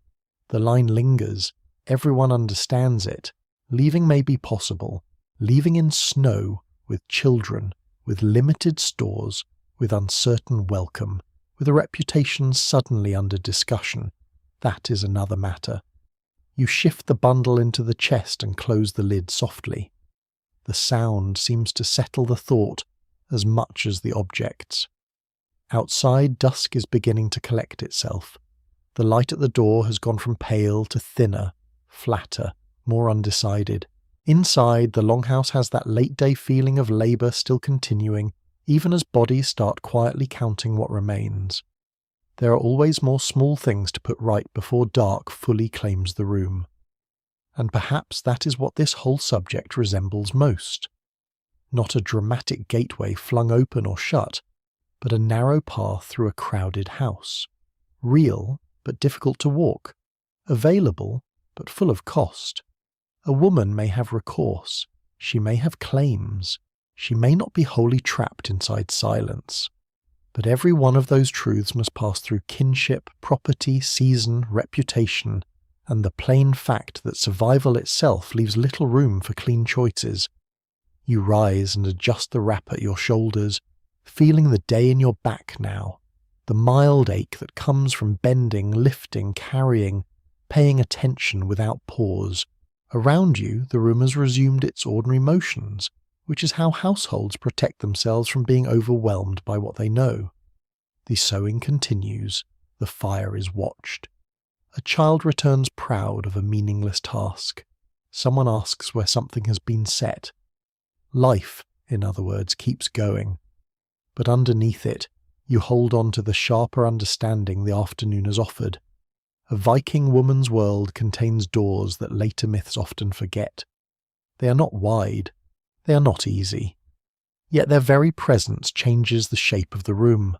They mean that endurance here is not always mute. Sometimes it watches, waits, gathers its proofs, and remembers where the way back lies. By the time the men begin preparing to leave, the whole household changes its breathing. Not dramatically. No trumpet of importance. No grand speech at the doorway. That belongs more to later imagination than to ordinary life. The real change is subtler, a sharpened attention to what must be packed.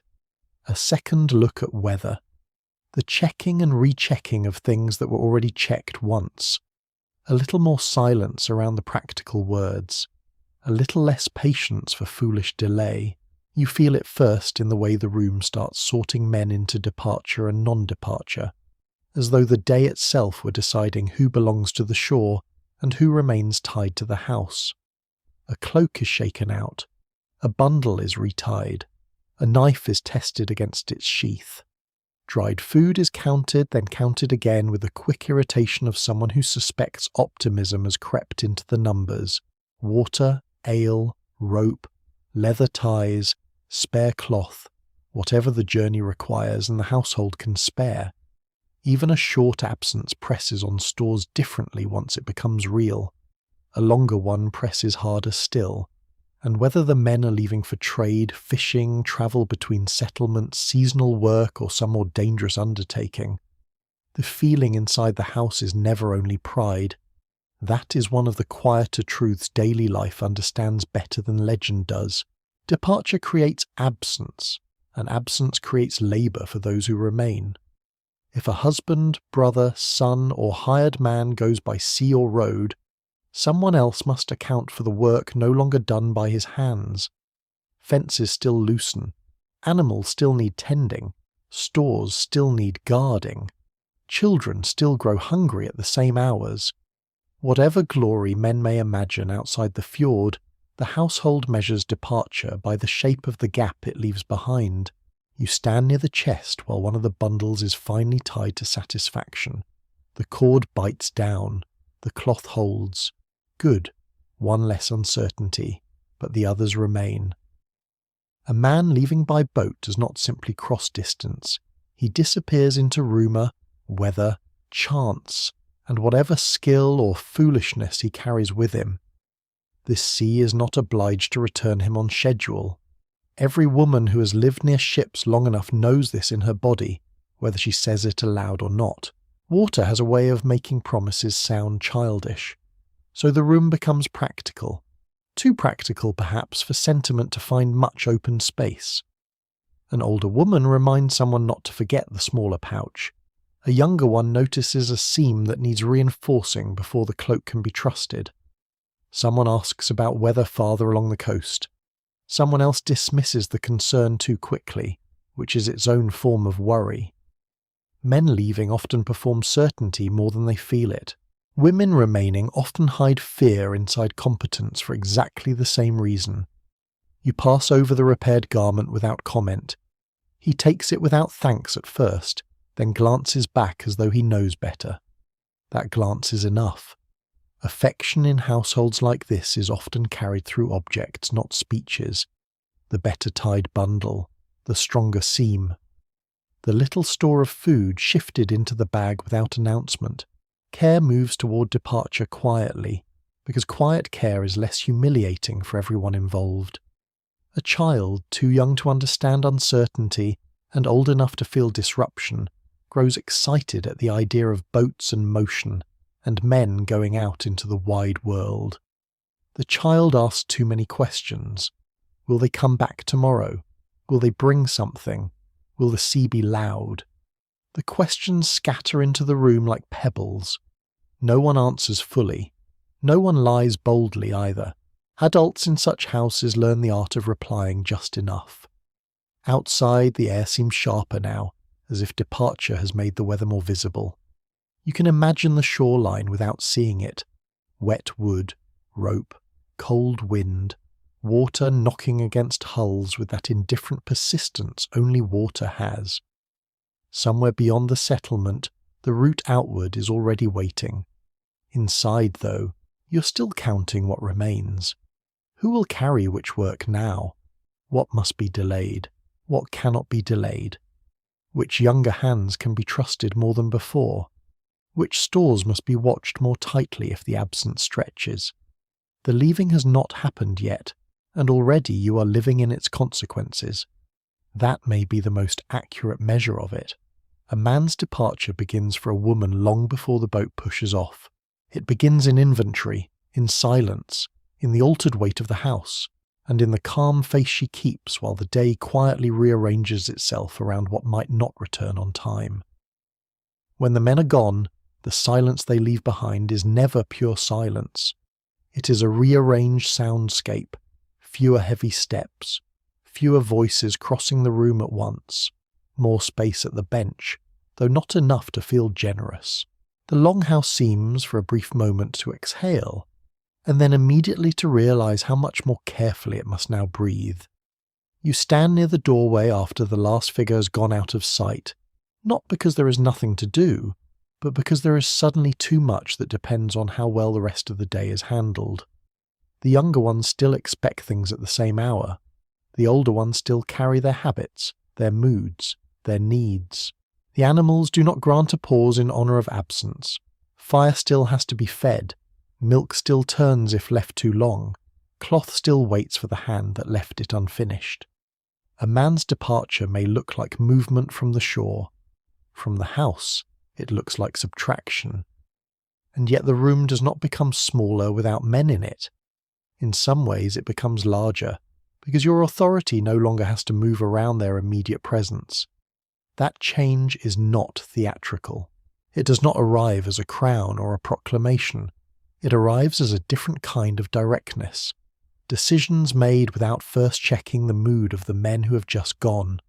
Tasks redistributed more cleanly. A younger helper spoken to not as a child to be managed, but as a pair of hands now needed in earnest. The household stretches into the absence and discovers the shape it must take to hold. You begin at once. A list forms in your mind so quickly it hardly feels like language. Check the stored dairy. Move the drying things before the weather shifts. Have the younger one bring in more fuel before dusk. Look again at the fence. Set aside what cannot be wasted.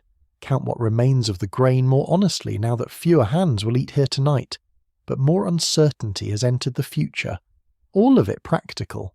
All of it tinged with the fact that practical work is one of the oldest ways people keep fear from becoming visible. A child asks when they will come back. The question lands harder now because the room is quieter. You answer gently, but not foolishly. Soon, perhaps, when the work is done, if weather allows.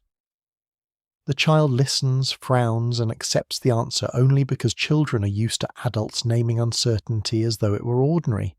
In truth, it is ordinary. That is the uncomfortable part.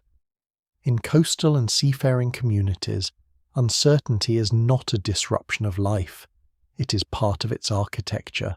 You move back toward the hearth and notice how quickly the room begins orienting itself toward you, not with ceremony, with habit.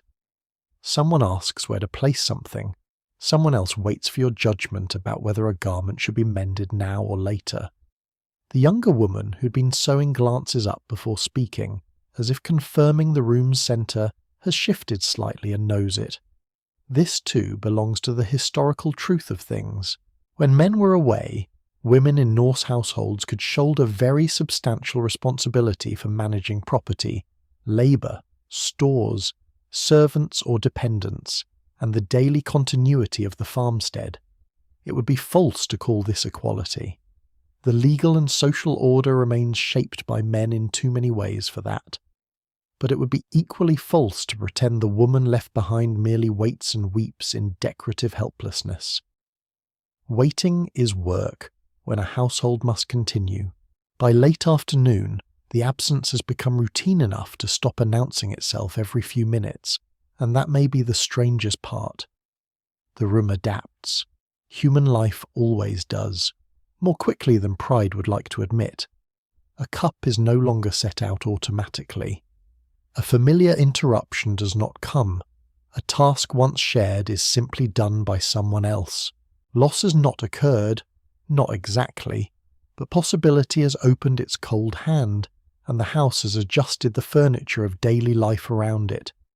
You take up a garment left near the bench, fold it once, then decide against folding it, and set it aside instead. Perhaps he will want it when he returns. Perhaps not. The thought passes through you lightly enough to hide itself, heavily enough to stay. Outside, the day is already beginning to lean toward evening. The light has changed again, thinner now, more silver at the edges.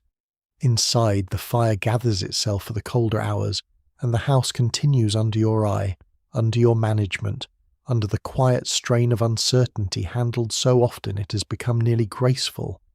That may be one of the deepest truths about a Viking woman's life when men leave by sea or road. She's not simply abandoned to worry. She's left with command in a world that grants command unevenly. She is trusted because she must be, burdened because trust and burden so often travel together, and expected to transform absence into continuity before anyone has called it either heroic or hard. So you do what women in such houses have done countless times before. You keep the place alive until footsteps return to the door. A little later, when the house is steadier again, you take the path that leads beyond the yard and toward other people's thresholds. No one calls it going to market in the grand sense every time. Sometimes it is only exchange, a visit, a matter of cloth for butter, news for news, a favour remembered, a tool returned, a question answered with something tangible. But the path itself matters. It reminds you that a woman's life here is not sealed inside one longhouse, however much the work of that house tries to claim her entirely. The ground is damp in places, firmer in others, marked by wheels, feet, animals, weather and repetition. You know where it dips. You know where boards have been laid badly over softer ground. You know where another household keeps a dog that announces strangers as though it were defending a king's hall. Knowledge like this accumulates in the body. A path walked often enough becomes part memory, part expectation. You carry something useful with you. That too gives dignity to movement. A small wrapped piece of cloth, dairy, yarn, a request shaped into an object. A household rarely sends a woman out empty-handed if the visit concerns anything practical, and most visits concern something practical in the end. Even when talk begins with health, weather, kin, or the latest difficulty down by the shore, it often resolves into exchange. The Norse world moves goods through relationships as much as through formal stalls and measured bargains. As you near the other buildings, the settlement reveals itself in a different register than the longhouse ever can. Voices arrive detached from faces at first. The sound of someone splitting or shaping wood. A child running where a child has been told not to run. Smoke rising from more than one roof. A figure bent over some outdoor task, glancing up not from suspicion exactly, but from the lifelong habit of noticing who is approaching and why. You're noticed before you speak. That matters. So does how you are read. A woman out on household business is not invisible in this world. She carries the reputation of her people with her in small ways, in the neatness of what she brings, the tone she uses, whether she wastes time, whether she appears careless, whether she remembers what was said last season, whether she pays back one favour with another, instead of pretending memory belongs only to men. In a society where kinship and standing travel through daily dealings as much as through formal agreements, even a brief visit can do the work of diplomacy. The woman who receives you does not greet you with softness first. She greets you with measure. That is not coldness. It is competence meeting competence. Her eyes go to what you carry, then to your face, then back again, taking in enough to decide what kind of conversation this will be. Around her, the signs of her own day remain visible. Something drying, something waiting to be carried, a child half underfoot, the old familiar tension between welcome and interruption. Two working women meeting in daylight rarely step into a scene empty of prior obligations. You exchange the first words, nothing theatrical. A remark about weather, perhaps, about someone who has gone down to the water, about the quality of this season's whatever the moment requires. Wool, milk, fish, wood, labour, patience. The real subject arrives only after the outer layer has been properly handled. That is often how women's networks preserve both efficiency and pride. You do not lunge for the transaction. You give it somewhere social to stand. In later myths, the Viking world can appear too male, too public, too attached to ships and visible power to leave much room for women's movement beyond the home. But archaeology, graves, goods, and common sense all push against that simplification.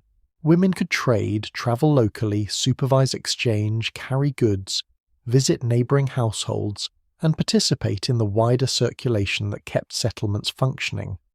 Not all women equally, not in every region or status group in the same way, yet enough that the old image of total domestic confinement will not hold. You feel that truth most clearly here, not in any grand declaration, but in the ordinary competence of the meeting itself. A skein is examined, a dairy product judged, a question asked about whether more can be spared next week.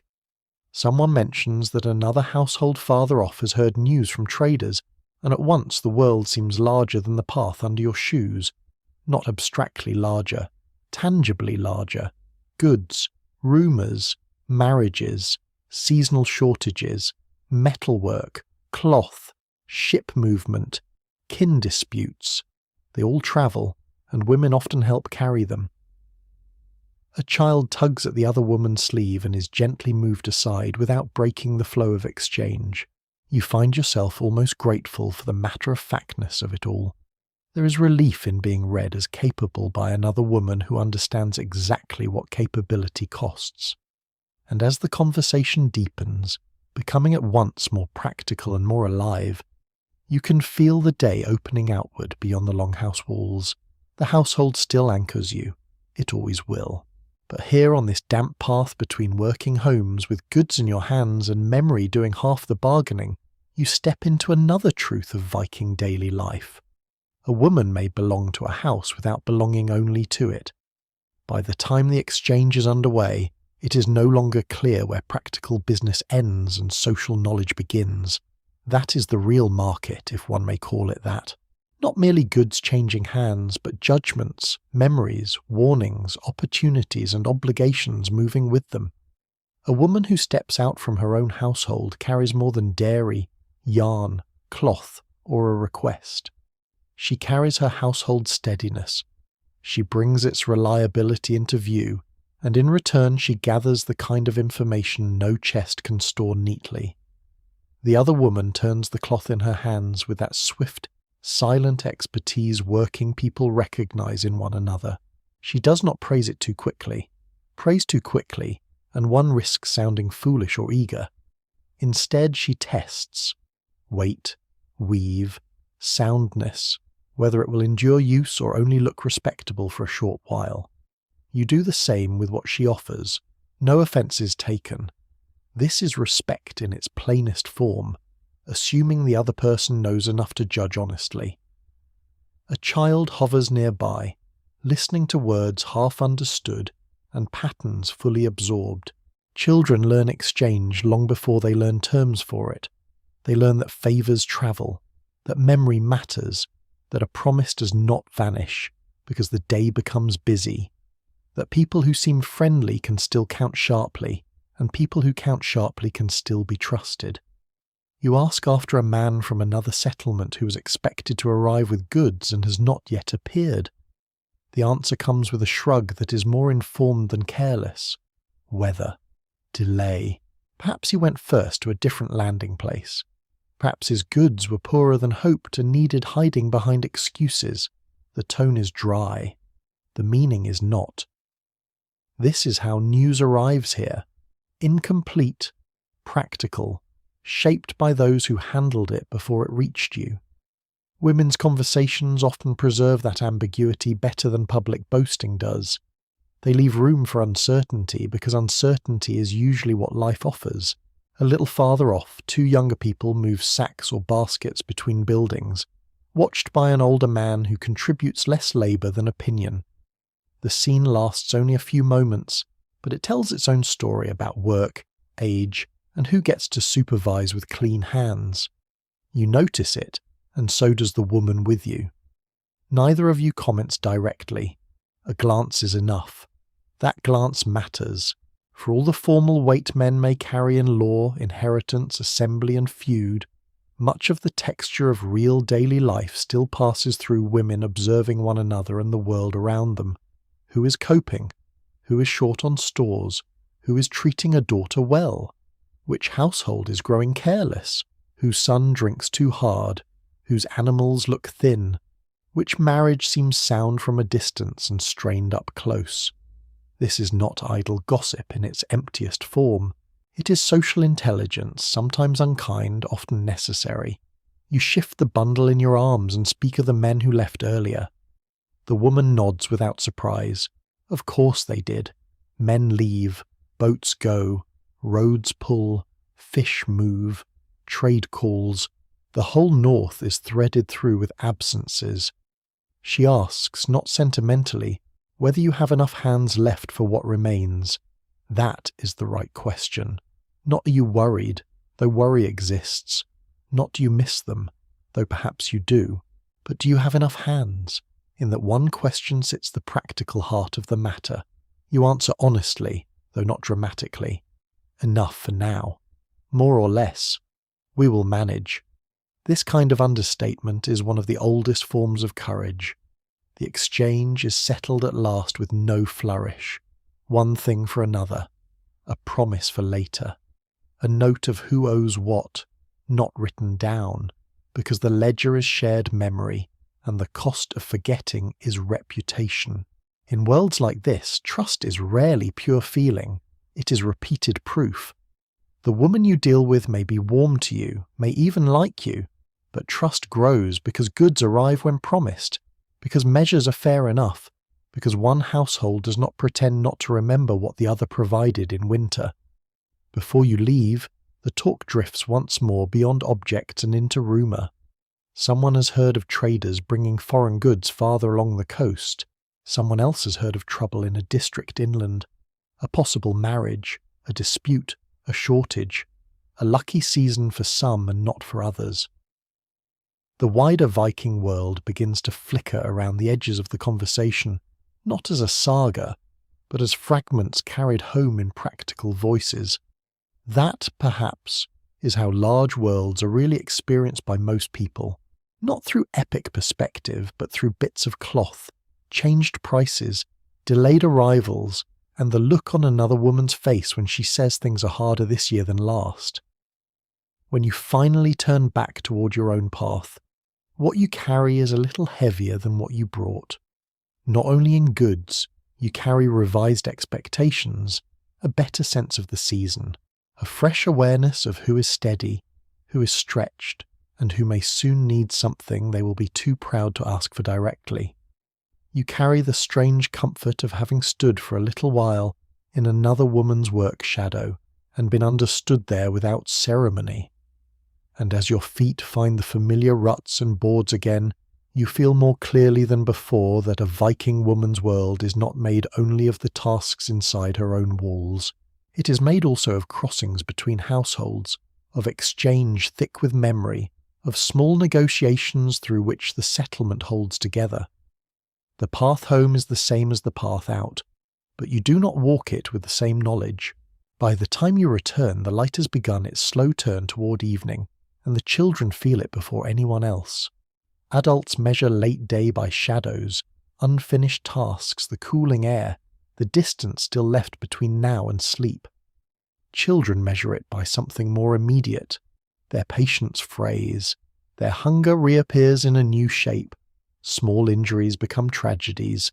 Questions multiply.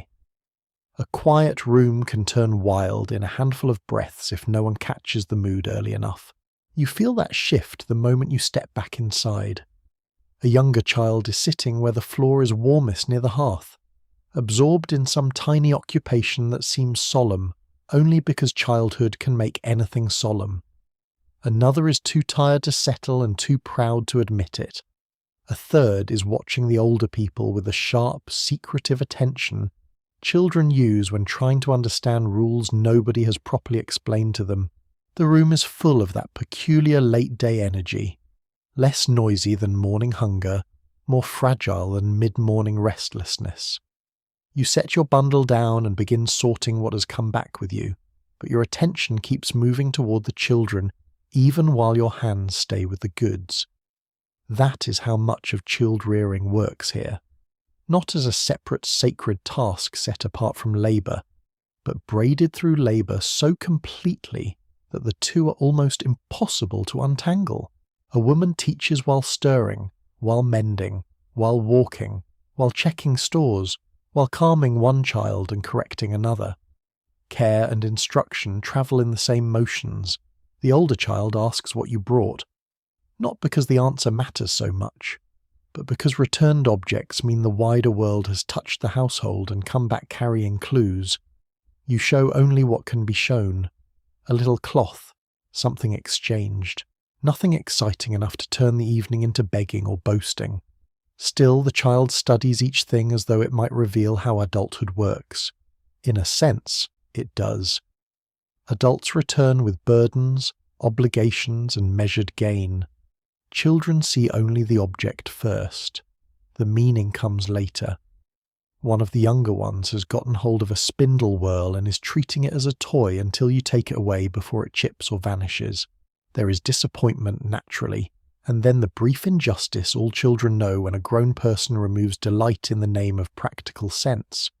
You answer that injustice with a task.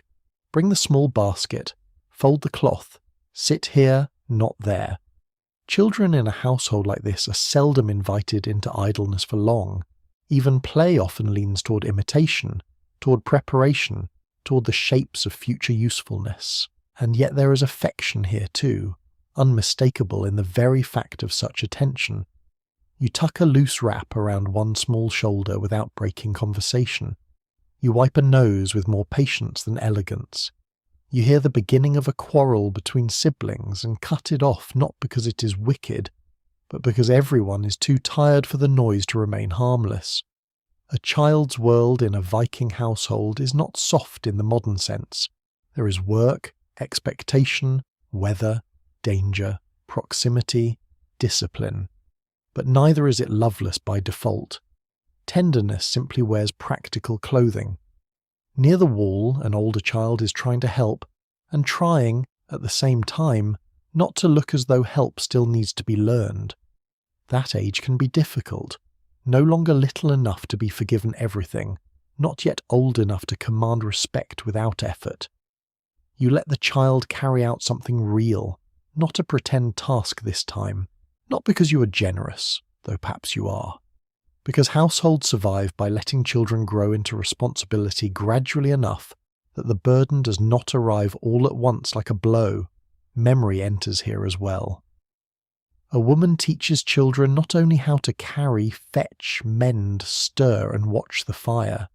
She also teaches who belongs to them and how, which names matter, which kin live beyond the next path, which old stories of the family are worth telling again, which grudges are remembered, which losses are spoken carefully. In cultures shaped strongly by oral memory, a mother or senior woman often becomes one of the first keepers of continuity. Not the only one, certainly, but an essential one. A child learns the map of the world partly by learning who the household says it is. The child nearest the hearth asks some question too large for the hour, perhaps about where the men have gone, perhaps about whether a person far away is truly kin, perhaps about why one household has more than another. These are evening questions, the kind that rise when work slows enough for curiosity to find a gap. You answer simply, not falsely simple, just enough. That is another old skill. Children must be given the world in pieces they can carry. Too much truth at once crushes. Too little leaves them foolish. Outside, the air has thinned into that colder clarity which means night will not take long once it commits itself. Inside, the children are beginning to gather closer to the centre of warmth, drawn by fire, tiredness, and the half-unconscious instinct to move toward protection as the light fades. And as you watch them, correcting one, trusting another, soothing a third, already measuring what they will need before sleep, you understand how much of a Viking woman's day stretches forward into the future through children's bodies and habits. You're not only keeping them alive until morning, you're helping shape what kind of adults this hard world will one day receive from your hands. As the evening deepens, the children begin to drift towards stories without ever quite asking for them outright. That too is a habit of shared houses. No one announces that it is now time for instruction or memory. The day simply softens at the edges. Hands continue working, but more slowly. A seam can be mended while a voice speaks. Wool can be teased apart while a child leans closer. A bowl can be scraped clean while names from before the child's birth are spoken again into the room, as if the dead, the absent and the distant all remain loosely seated among the living so long as someone keeps saying who they were. You settle near the fire with enough work in your lap to make the moment feel earned. That matters. Too much stillness can make children restless, as if the room itself has slipped out of order. But work paired with speech creates a steadier kind of attention. The youngest one inches closer until a knee presses against your side. Another lies half curled under a wrap, pretending not to listen, and listening to every word. The older child keeps trying to look beyond stories now, as though already suspicious that childhood can be escaped by expression alone. You begin with something small, not a grand tale of kings or the loud sort of saga later centuries love best, but the kind of household memory that teaches while seeming merely to recall. Who lived at the next farm before winter took him? Which aunt was known for never wasting cloth? Why a certain chest is treated carefully? How one summer the fish came late, and everyone learned the difference between wanting and having. These are not heroic stories in the polished sense, but they are the ones that tell a child what this world rewards, what it punishes, what it remembers. In cultures like this, where writing does not carry the whole burden of memory, women's voices inside the home become part of how continuity survives. A child may hear law and reputation discussed among men, hear boasts, bargains, kin claims, and public history shaped elsewhere. But the inner map of daily belonging is often taught by women: who your people are, what kind of people they are supposed to be, and what kind of shame or pride attaches to ordinary choices. The youngest interrupts with a question that bends the whole room slightly toward laughter. Not because the question is foolish, but because children always reach for the literal edge of things.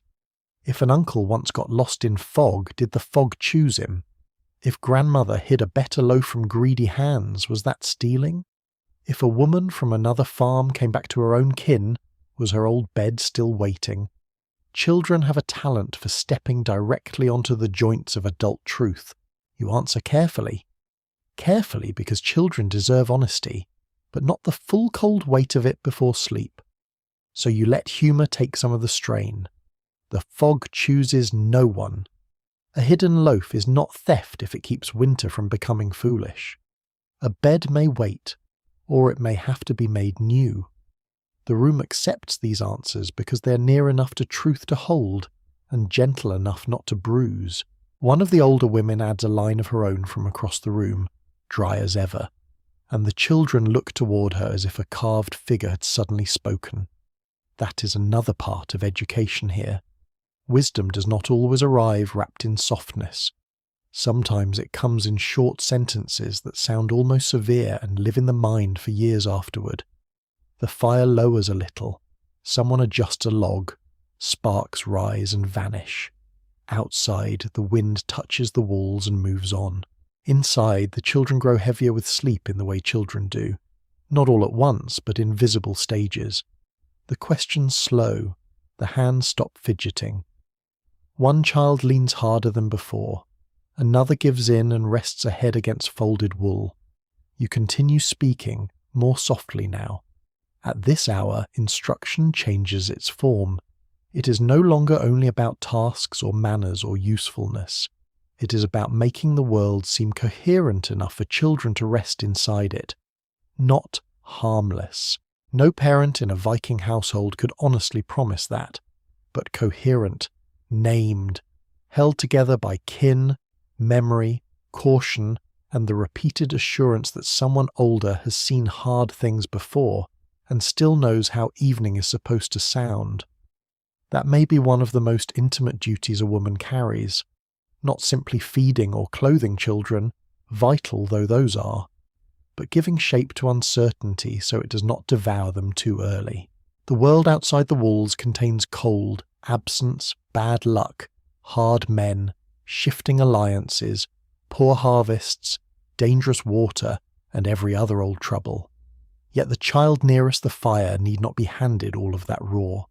It can be filtered first through story, rhythm, naming, and the calm presence of someone whose hands are still busy even while her voice makes order.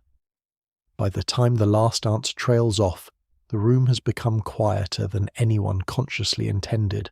A younger child is asleep. The older one is near enough to it not to deny. Even those still awake have softened.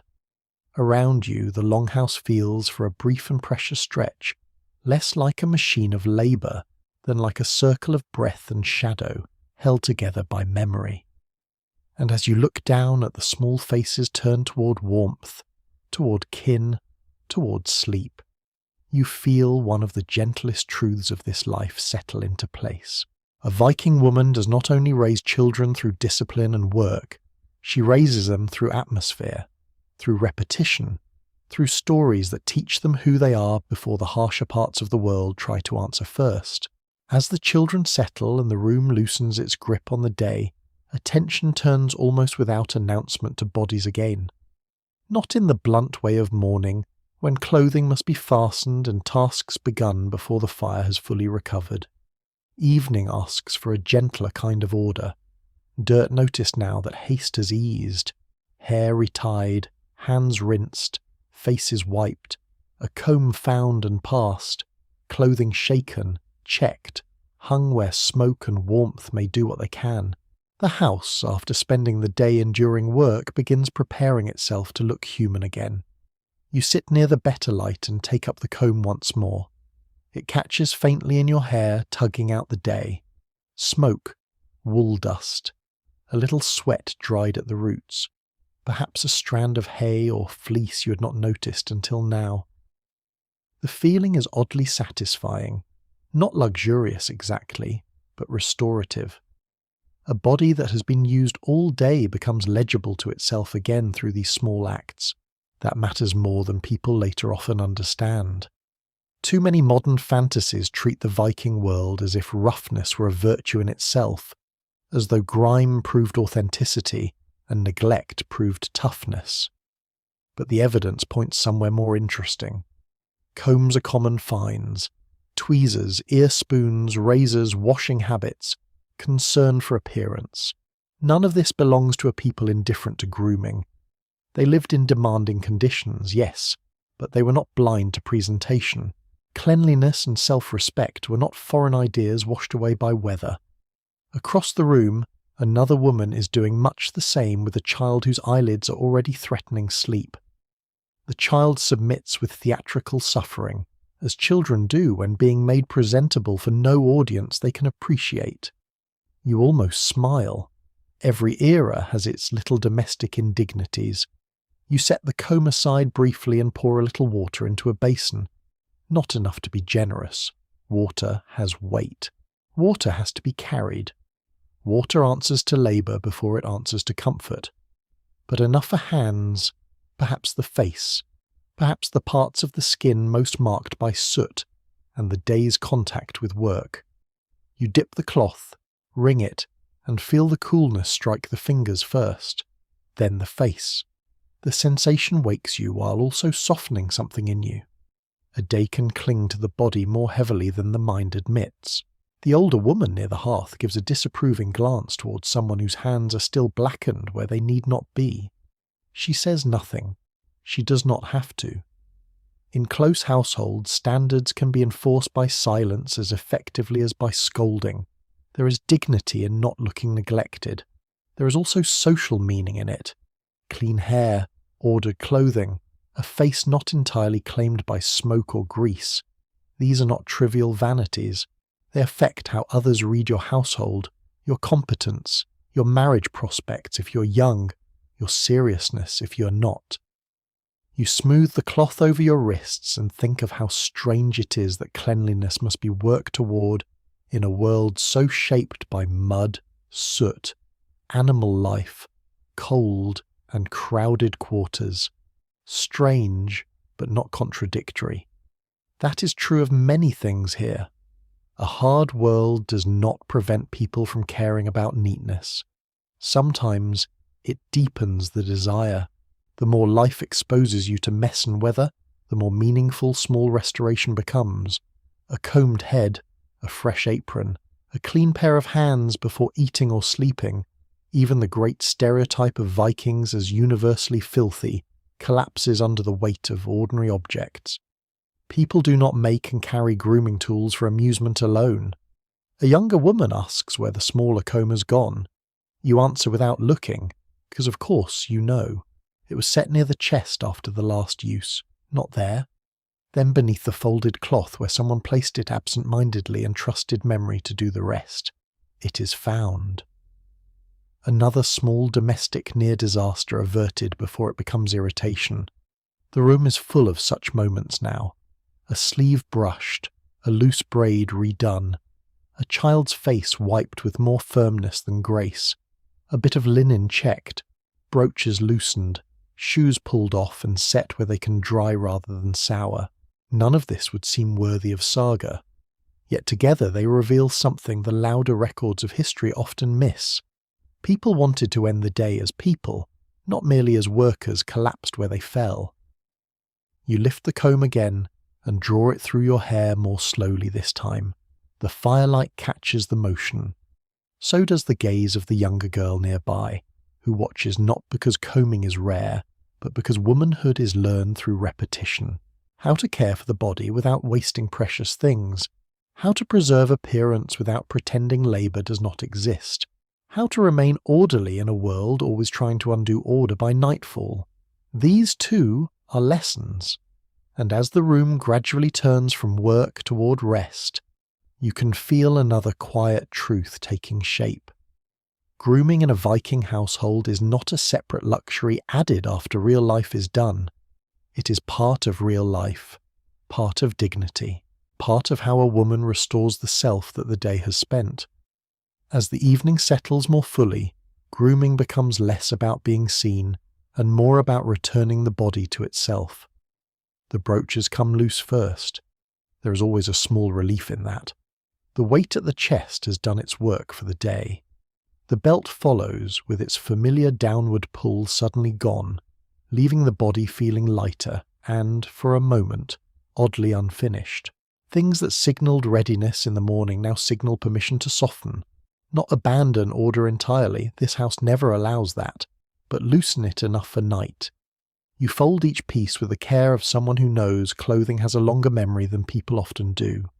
A badly placed garment wrinkles, stretches, picks up damp, or vanishes under the feet of those who wake first. A well-kept one meets you more kindly in the morning. Even at day's end, tomorrow is already being prepared.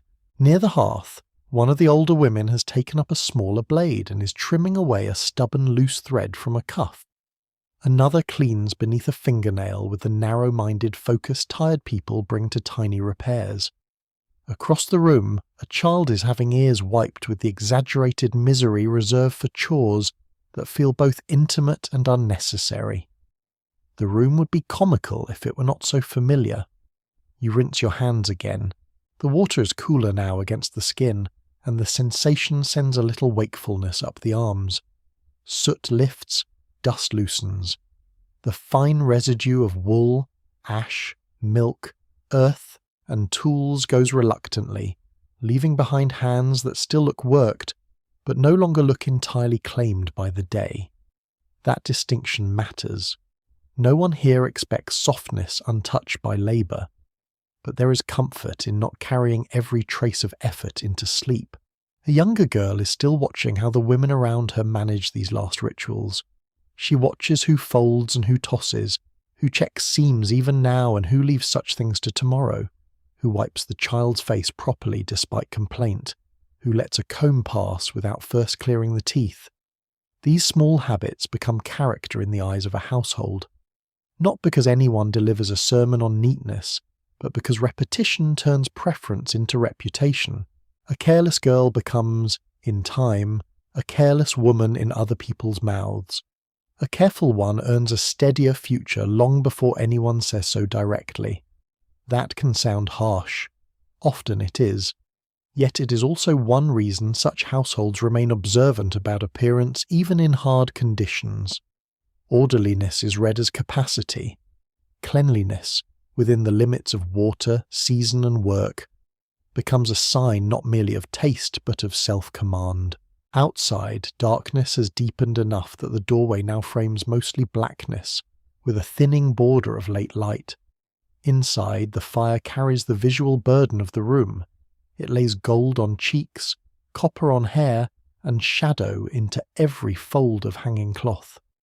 In this light, even the most ordinary gestures begin to seem intimate. A woman unwinding her braid, another rubbing a child's feet dry, a hand checking the dryness of shoes set near warmth. The room, so public all day, becomes private by degrees without ever truly becoming private at all. You shake out the outer garment once before setting it aside. A faint smell rises from it. Smoke, cold air, animal warmth, the outdoors, the house itself. It is strange how much of a place can cling to cloth. Tomorrow it will go on your body again, carrying some trace of tonight into another round of work. Nothing here is fully separate. Rest prepares labour. Labour stains rest. Care lives in both directions.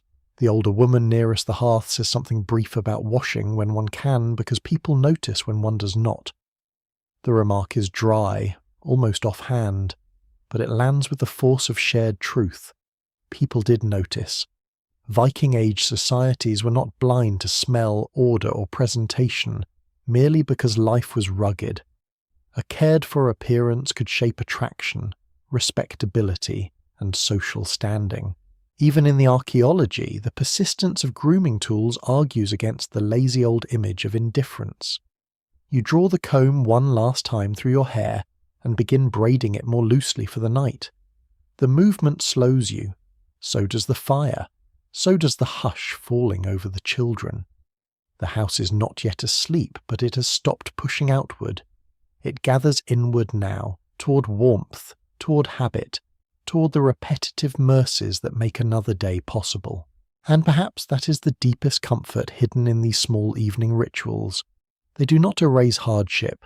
They do not deny the coarseness of work or the uncertainty beyond the walls, but they restore proportion. They remind each person in the room that they are not only hands for labour or bodies for endurance. They are human beings who prefer clean faces to dirty ones, combed hair to tangled hair, mended cloth to frayed cloth, and a little order before darkness fully takes the house. So when you finally set the comb aside and let your shoulders sink, what settles over you is not vanity satisfied, but something quieter and more durable. The day has used you. These careful motions help give you back. By the time the children are nearly asleep and the room has softened into firelight and low voices, the older habits of belief begin to show themselves, not as spectacle, not as the kind of dramatic ritual later ages like to paint onto every shadowed room. Belief here is usually quieter than that, more woven into daily caution, inherited gesture, remembered words, things done because they have always been done, and because nobody with sense feels eager to test what happens if they are not. A woman living in this world does not divide life neatly into ordinary tasks on one side and the sacred on the other. The two keep brushing against each other all day.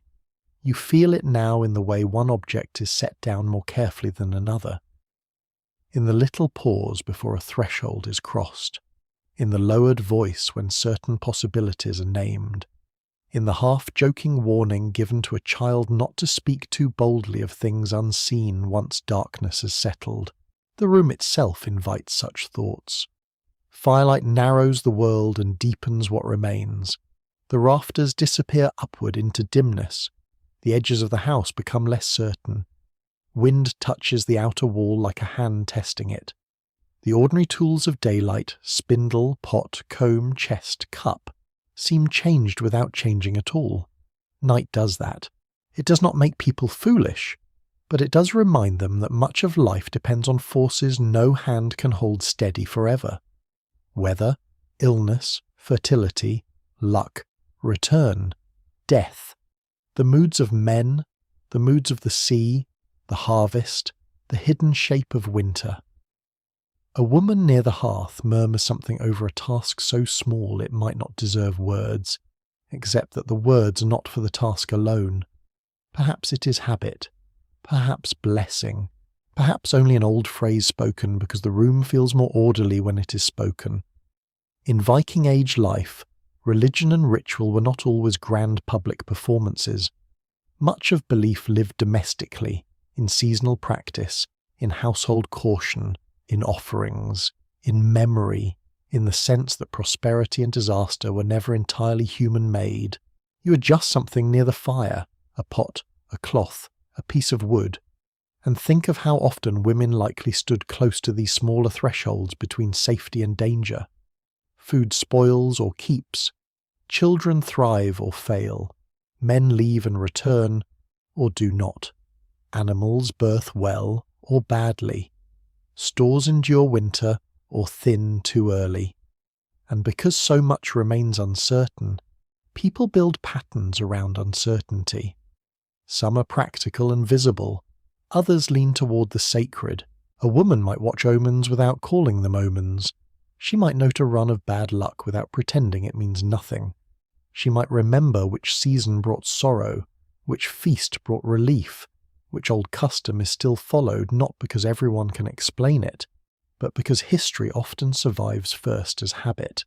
Across the Norse world, women appear in the surviving record not only as household workers, wives and mothers, but sometimes also in relation to ritual knowledge and spiritual authority. Later texts and archaeological hints make the picture complicated, never neat. One must be careful. Not every woman was a seeress, not every household act was a ceremony. Yet it would also be wrong to imagine spiritual life as belonging only to male spaces. Women helped carry belief through the home, through memory, through the practical and emotional management of uncertain lives. The child nearest the fire shifts in sleep and mutters once. Someone draws a wrap more firmly over small shoulders. No one speaks for a few moments after that. In the quiet, the house feels full of more than the visible. Not ghosts, not inventions, not some theatrical haunting. Only the dense company of dependence and memory. The sense that this room is linked to those who built it, those who slept here before, those who kept this same fire going through other winters, other births, other losses. A household is never only a present tense place. It is thick with the people it remembers and the customs it continues without always naming why. You notice the older woman touch a hanging object almost absent-mindedly as she passes, not quite reverence, not quite habit alone. That kind of gesture is hard to classify and easy to underestimate. Much of ancient belief leaves exactly this kind of trace, gestures too small for monuments, too ordinary for formal record, yet repeated enough to reveal what the room trusted when certainty ran thin. Outside, night has taken the settlement now. The dark beyond the doorway is no longer evening. It is full night, and everyone inside feels it whether they look up or not. That changes how voices move.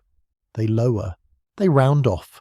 Even practical remarks take on a little more care, as though night itself were listening. And as you sit in that gathering hush, with firelight breathing and the children slipping deeper into sleep, you begin to understand one of the gentler truths of a Viking woman's spiritual world. It is not built only from gods named in stories or rituals remembered in fragments.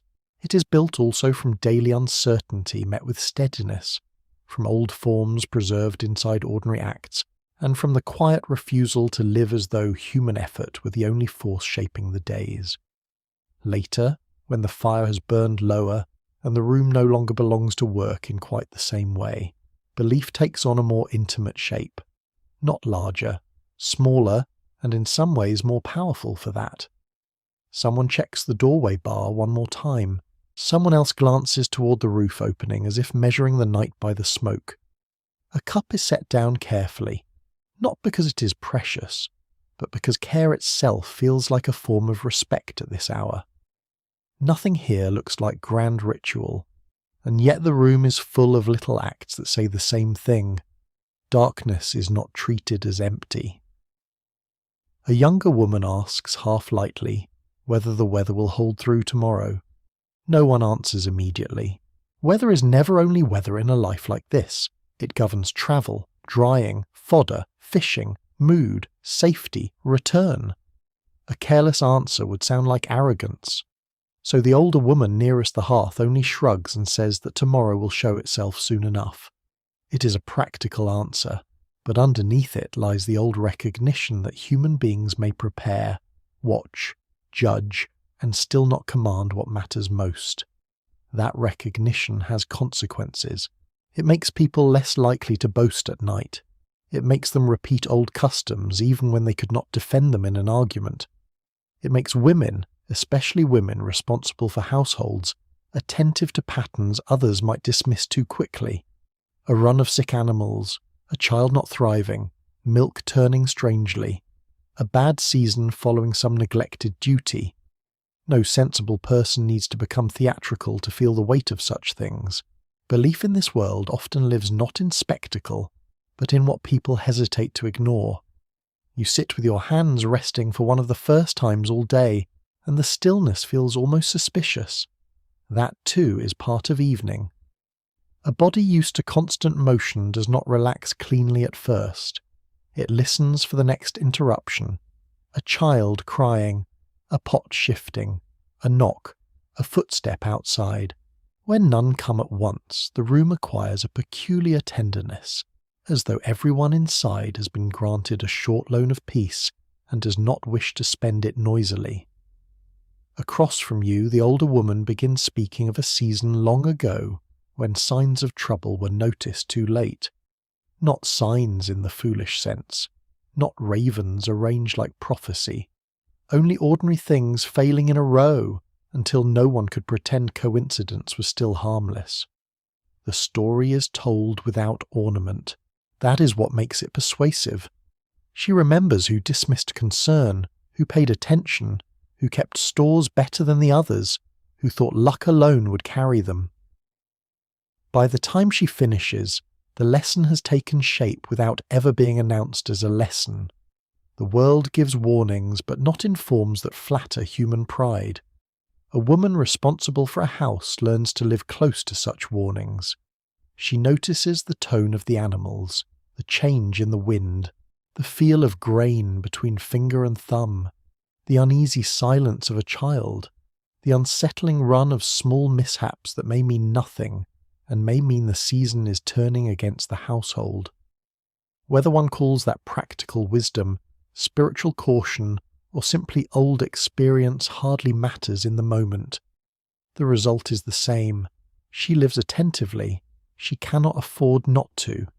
This is why belief and daily management are so difficult to separate in the Viking world. A woman may keep a house through labour, but she also keeps it through interpretation.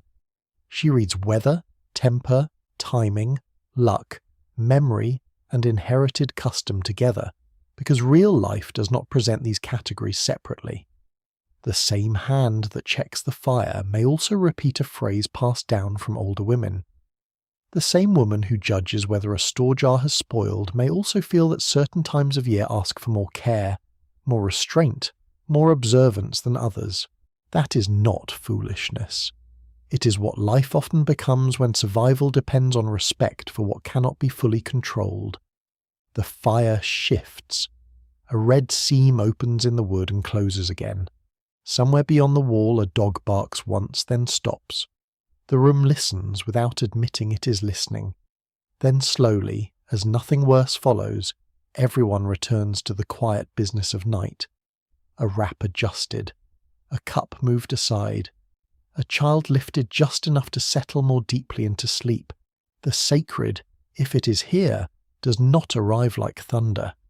It lives in this merging of caution, memory, reverence, fatigue, and repetition.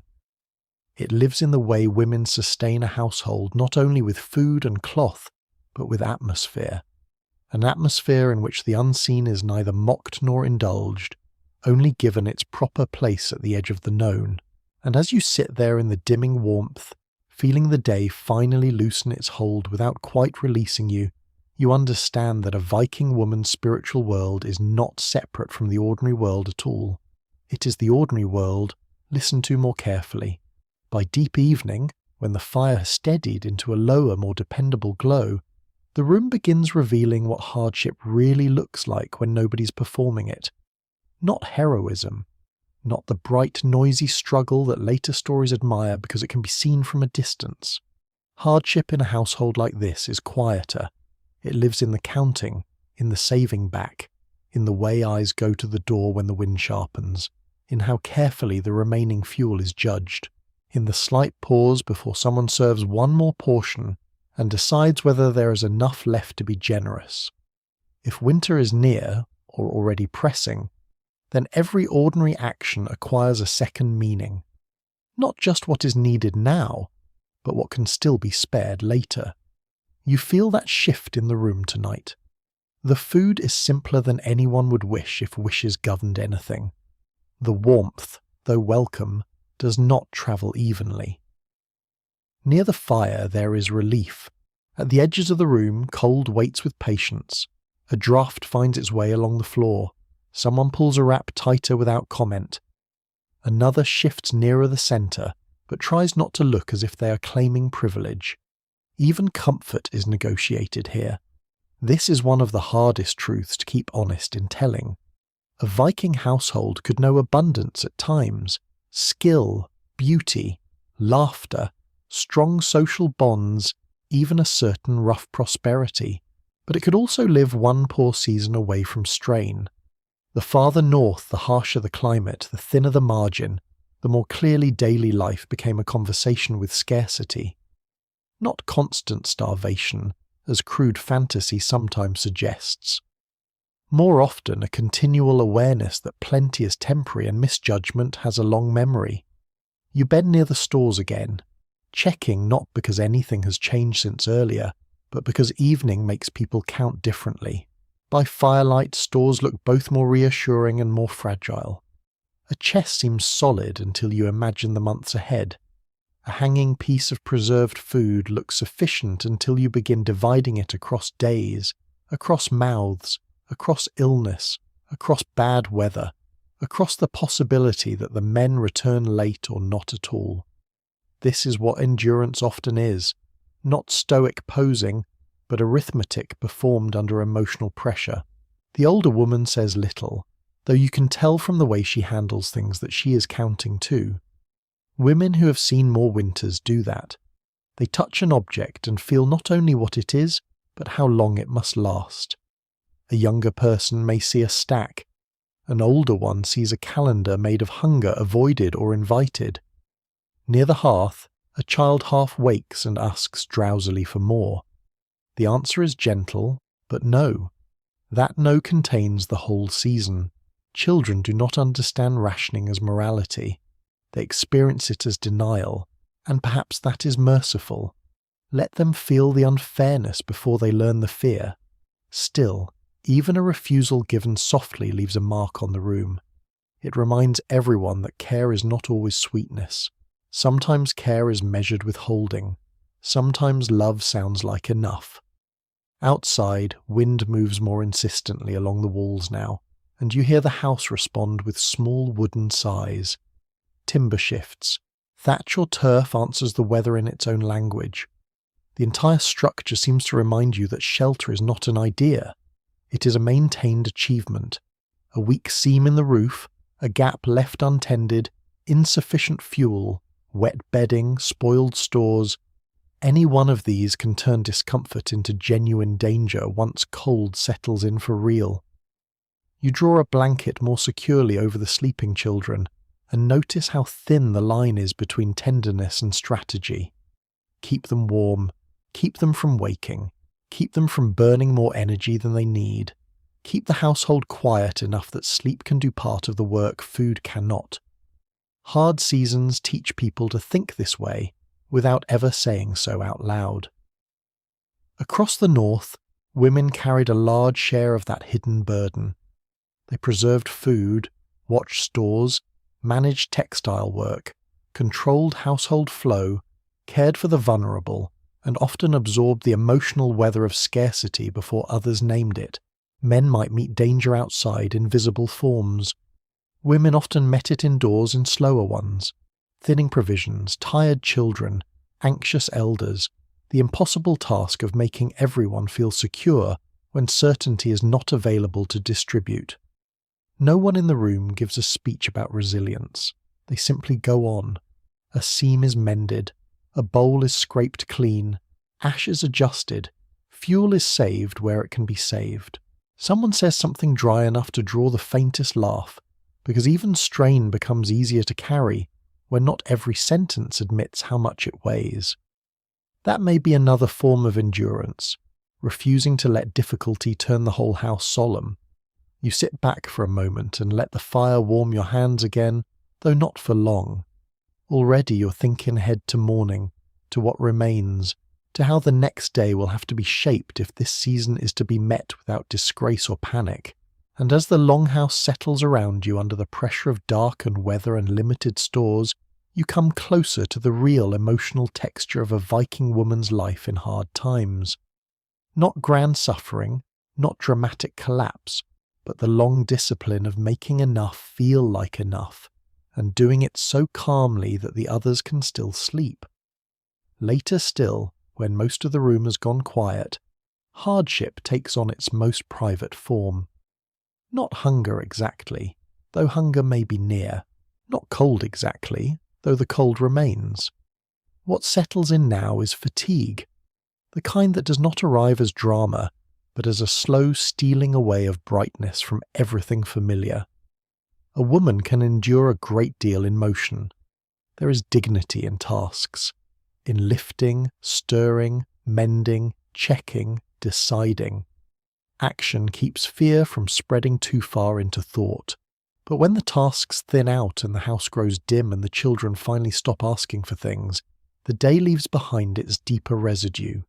You feel it in your back first, then in your hands, then in the part of the mind that has been counting all day and would very much like just for an hour to stop. Across the room, the older woman has fallen into that stillness, which is not quite sleep, not quite wakefulness either. Age and hard seasons teach people to rest lightly. A younger woman nearby is sewing one last thing by firelight even though the light is no longer good enough for honesty. That, too, is a kind of truth. Work goes on past wisdom sometimes because stopping feels more frightening than continuing. You know better than to waste the fire on perfect comfort. So the wood is adjusted carefully, not generously. Enough to carry the room into night. Not enough to flatter anyone into thinking tomorrow's fuel may spend itself tonight. This is what endurance looks like when it has matured past bravado. It does not make scenes. It refuses waste. One of the children stirs and coughs once in sleep. Every adult ear in the room hears it, even if no one moves immediately. That is another burden women often carry most deeply in such households. The constant readiness for small trouble to become larger trouble. A cough, a pale face, an animal gone off its feed, damp creeping into stored things, a pain someone dismisses until it begins shaping the whole day. Hard lives do not always break through spectacular events. More often they narrow through accumulation. One inconvenience, then another, then another. By the time anyone names the season difficult, the difficulty has already been living in the room for weeks. You pull another wrap over the child and smooth it once, lightly, so as not to wake them. The motion is tender. It is also practical. In this world, the line between tenderness and management is very thin. Perhaps it must be. Outside, the wind has settled into a steadier voice now, less restless than before, more certain. The house answers with faint sounds of its own, timber shifting, thatch or turf holding, the old low language of a structure asked to do its duty through another night. You listen without quite meaning to, measuring those sounds the way you measure everything else. A good house speaks differently from a failing one. Women who keep households learn that grammar early. A younger hand reaches for a stored bit of food and stops before touching it, as though remembering at the last moment that evening hunger does not always deserve to be answered. You notice and say nothing. Some lessons are better absorbed in silence. The hand withdraws.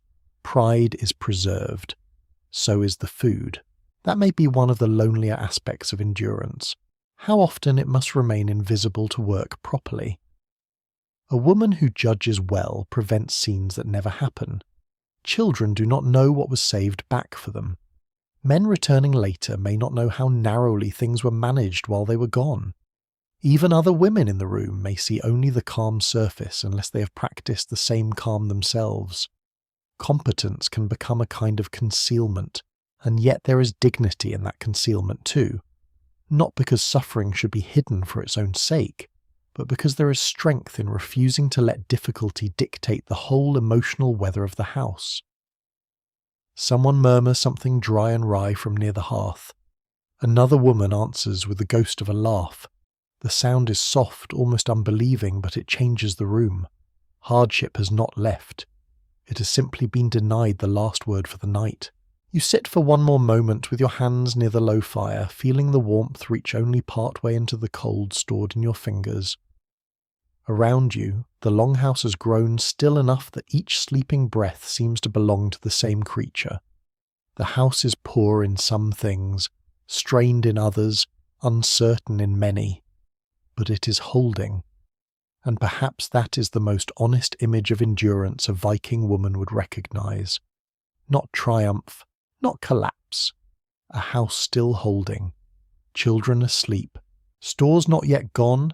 Fire not yet out. Your own tired body still upright long enough to make sure morning will have something to begin from. By the time the room has nearly surrendered itself to night, the day begins to gather into meaning without anyone naming that meaning aloud. This is often how truth arrives in a life like yours here. Not as revelation, not as a speech, but as the slow recognition that everything repeated from dawn to darkness has been saying the same things in different forms. Fire, food, cloth, children, weather, keys, stores, talk, silence, absence, caution, care. Each seemed at first like only itself. By night they begin to settle into a pattern. You sit close enough to the hearth to feel its remaining warmth, though not so close that you forget how quickly warmth fades once the fire is left alone. Around you, The longhouse has taken on that final stillness which is never total stillness.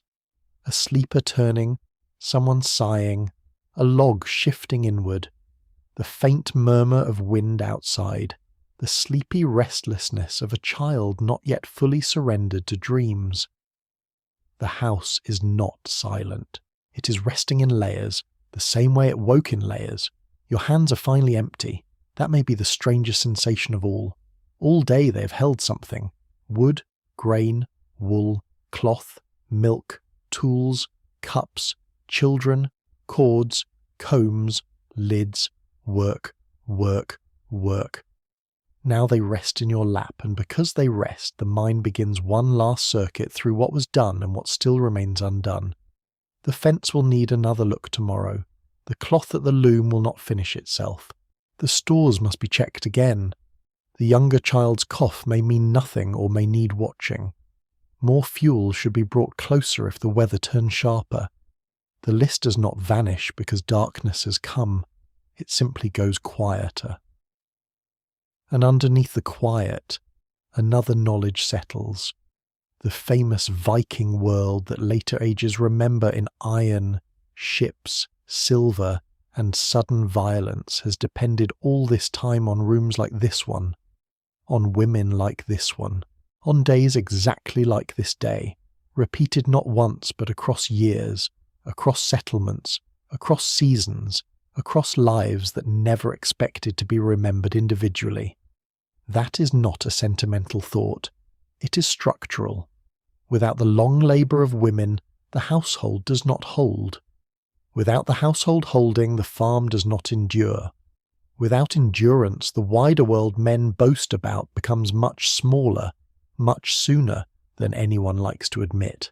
A child near the hearth gives a small sleeping sound and curls more tightly into the blanket. You look down and feel the old mix of things that refuses simple naming.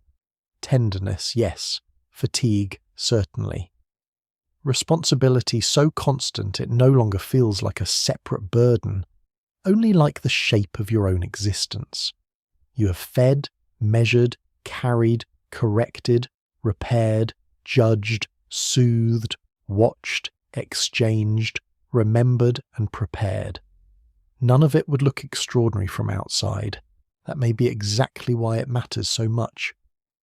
Across the room, in the low light, the older woman's face seems carved almost out of shadow and ember glow. You can imagine suddenly how many nights like this she has already seen, how many winters counted through, how many children watched, how many absences absorbed, how many small domestic disasters prevented before they could become stories. There is something almost sobering in that thought.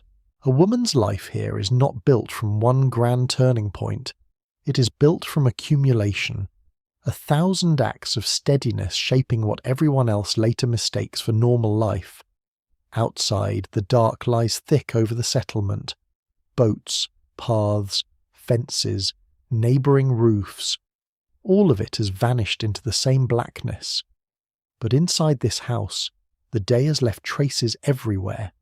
In the folded cloth, in the rinsed bowls, in the better-tied bundle, in the drying shoes, in the lowered voices, in the sleeping children who have been carried, corrected and fed through another difficult ordinary day. You begin to understand now what daily life for a Viking woman truly is. Not saga on the scale of monuments, something both smaller and more essential. A life lived in constant negotiation with necessity but not reduced by it. A life constrained by family, season, labour, custom and male authority, and yet still full of competence, judgment, influence, memory and forms of power that do not need to announce themselves loudly to be real. A life in which dignity is made, not granted. A life in which survival is collective, but often organised through a woman's private discipline before dawn and after dark. The fire lowers again, and the room seems to breathe with it. You do not need anyone to explain the lesson now. You've been inside it all day.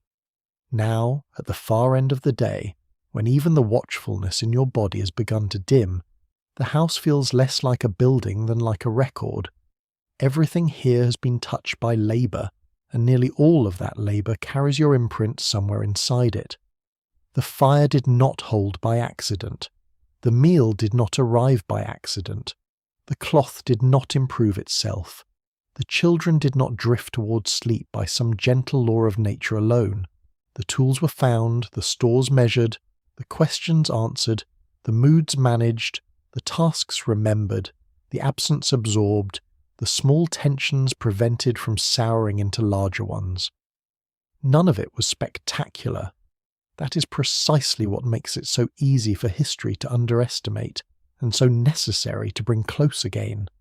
You sit very still and let the room settle around you. The warmth at the hearth is thinner now, enough to comfort the face while the edges of the body already remember the cold. The longhouse holds the smells of the day in softened form. Smoke, wool, old wood, damp leather, cooked grain. Animal warmth carried in from outside, the faint clean trace left by rinsed hands and wiped faces. These are not noble smells in the language of poetry, but they are the smell of a world kept going. Somewhere in the dark beyond the walls the larger Viking Age still exists. Ships on black water, traders on difficult roads, men testing luck, alliances shifting, weather deciding the terms of tomorrow. Yet from where you are now, all of that seems almost secondary, not unreal, only dependent. Its motion outward rests on this inward steadiness more than it would ever care to confess. That may be the profound lesson hidden inside ordinary life. The centre of a society is not always where that society chooses to put its glory. Sometimes the center is here, where a woman sits after everyone else has nearly gone to sleep, feeling the ache in her back and the roughness in her hands, while mentally bridging one day to the next. Sometimes history is held together not by those who make the loudest mark, but by those who prevent things from falling apart in the first place. A Viking woman may not stand at the center of every formal power. She may not command the law in a man's voice, or sail under her own name in most stories that survive. But inside the daily fabric of life, she is everywhere, in order, in memory, in preservation, in timing, in continuity itself. You look once more across the room. A child breathes evenly under wool. An older woman has finally slipped fully into sleep. A cup sits where it should. A garment waits for morning. The embers pulse low and red, not dramatic, just dependable. Even now the room is teaching the same truth it has been teaching since before dawn. Endurance is made of small things tended faithfully. And perhaps that is why this life feels both narrow and immense at once. Narrow, because so much of it is bounded by need, season, duty, kin, and the endless repetition of necessary work. Immense, because within those bounds live judgment, patience, tenderness, strategy, dignity, grief, wit, discipline, memory, and the difficult art of making a shared life possible. There is nothing minor about that, even if it often goes unnamed. If you listen closely enough, the whole day has been a long answer to a question no one in the room ever phrased directly. What is daily life for a Viking woman? It is waking first. It is carrying authority in forms that may look domestic from outside and feel foundational from within. It is being read by others and learning to read them back. It is labour that warms, feeds, clothes, remembers, repairs, anticipates and restrains. It is living within limits without becoming only a victim of them. It is finding room for tenderness without ever being permitted much illusion. It is understanding that survival is practical, but never merely practical. And as the fire sinks lower still, you feel how completely this day is answered not only with facts, but with atmosphere. Not only with duties, but with the emotional weather of a real life lived close to necessity. The world you've entered is not simple, not romantic in the foolish sense, not uniformly harsh, not secretly modern, not reducible to myth. It is human. That may be the truest thing that can be said. You lower your gaze. The house is holding. For tonight, That is enough. The embers settle deeper into themselves, and the room seems to breathe more slowly with them. Nothing new is required now. No more carrying, no more counting, no more explaining. Only the soft, familiar work of night finishing what the day began. Around you, wool warms sleeping shoulders. Timber keeps out the dark as best it can. The air smells of smoke and rest and the faint remains of all that was done properly enough to let everyone sleep. And that may be the quietest wisdom this lost world offers. Most lives are not remembered because they were loud. They matter because they were sustaining, because someone rose before light, because someone noticed what was running low, because someone fed others before eating fully herself, because someone mended what would otherwise have split, soothed what would otherwise have sharpened, and carried a household through another ordinary day that only looks ordinary from a distance. To live as a Viking woman was not to inhabit a legend. It was to inhabit a structure of work, kinship, risk, care, and endurance, and to shape that structure from within, day after day, often without ceremony, often without praise, but not without importance. The power in such a life was rarely theatrical. It was steadier than that, quieter, closer to the fire, closer to the hand that remembers where everything is kept and how long it must last. So as the longhouse dims and the night at last gathers everyone into its darker shelter, you're left with something calmer than admiration and deeper than pity. You're left with recognition, a real world, real limits, real skill, real tenderness, a life not built for glory and yet full of meaning because it kept other lives possible. That is a lesson large enough to outlast the room.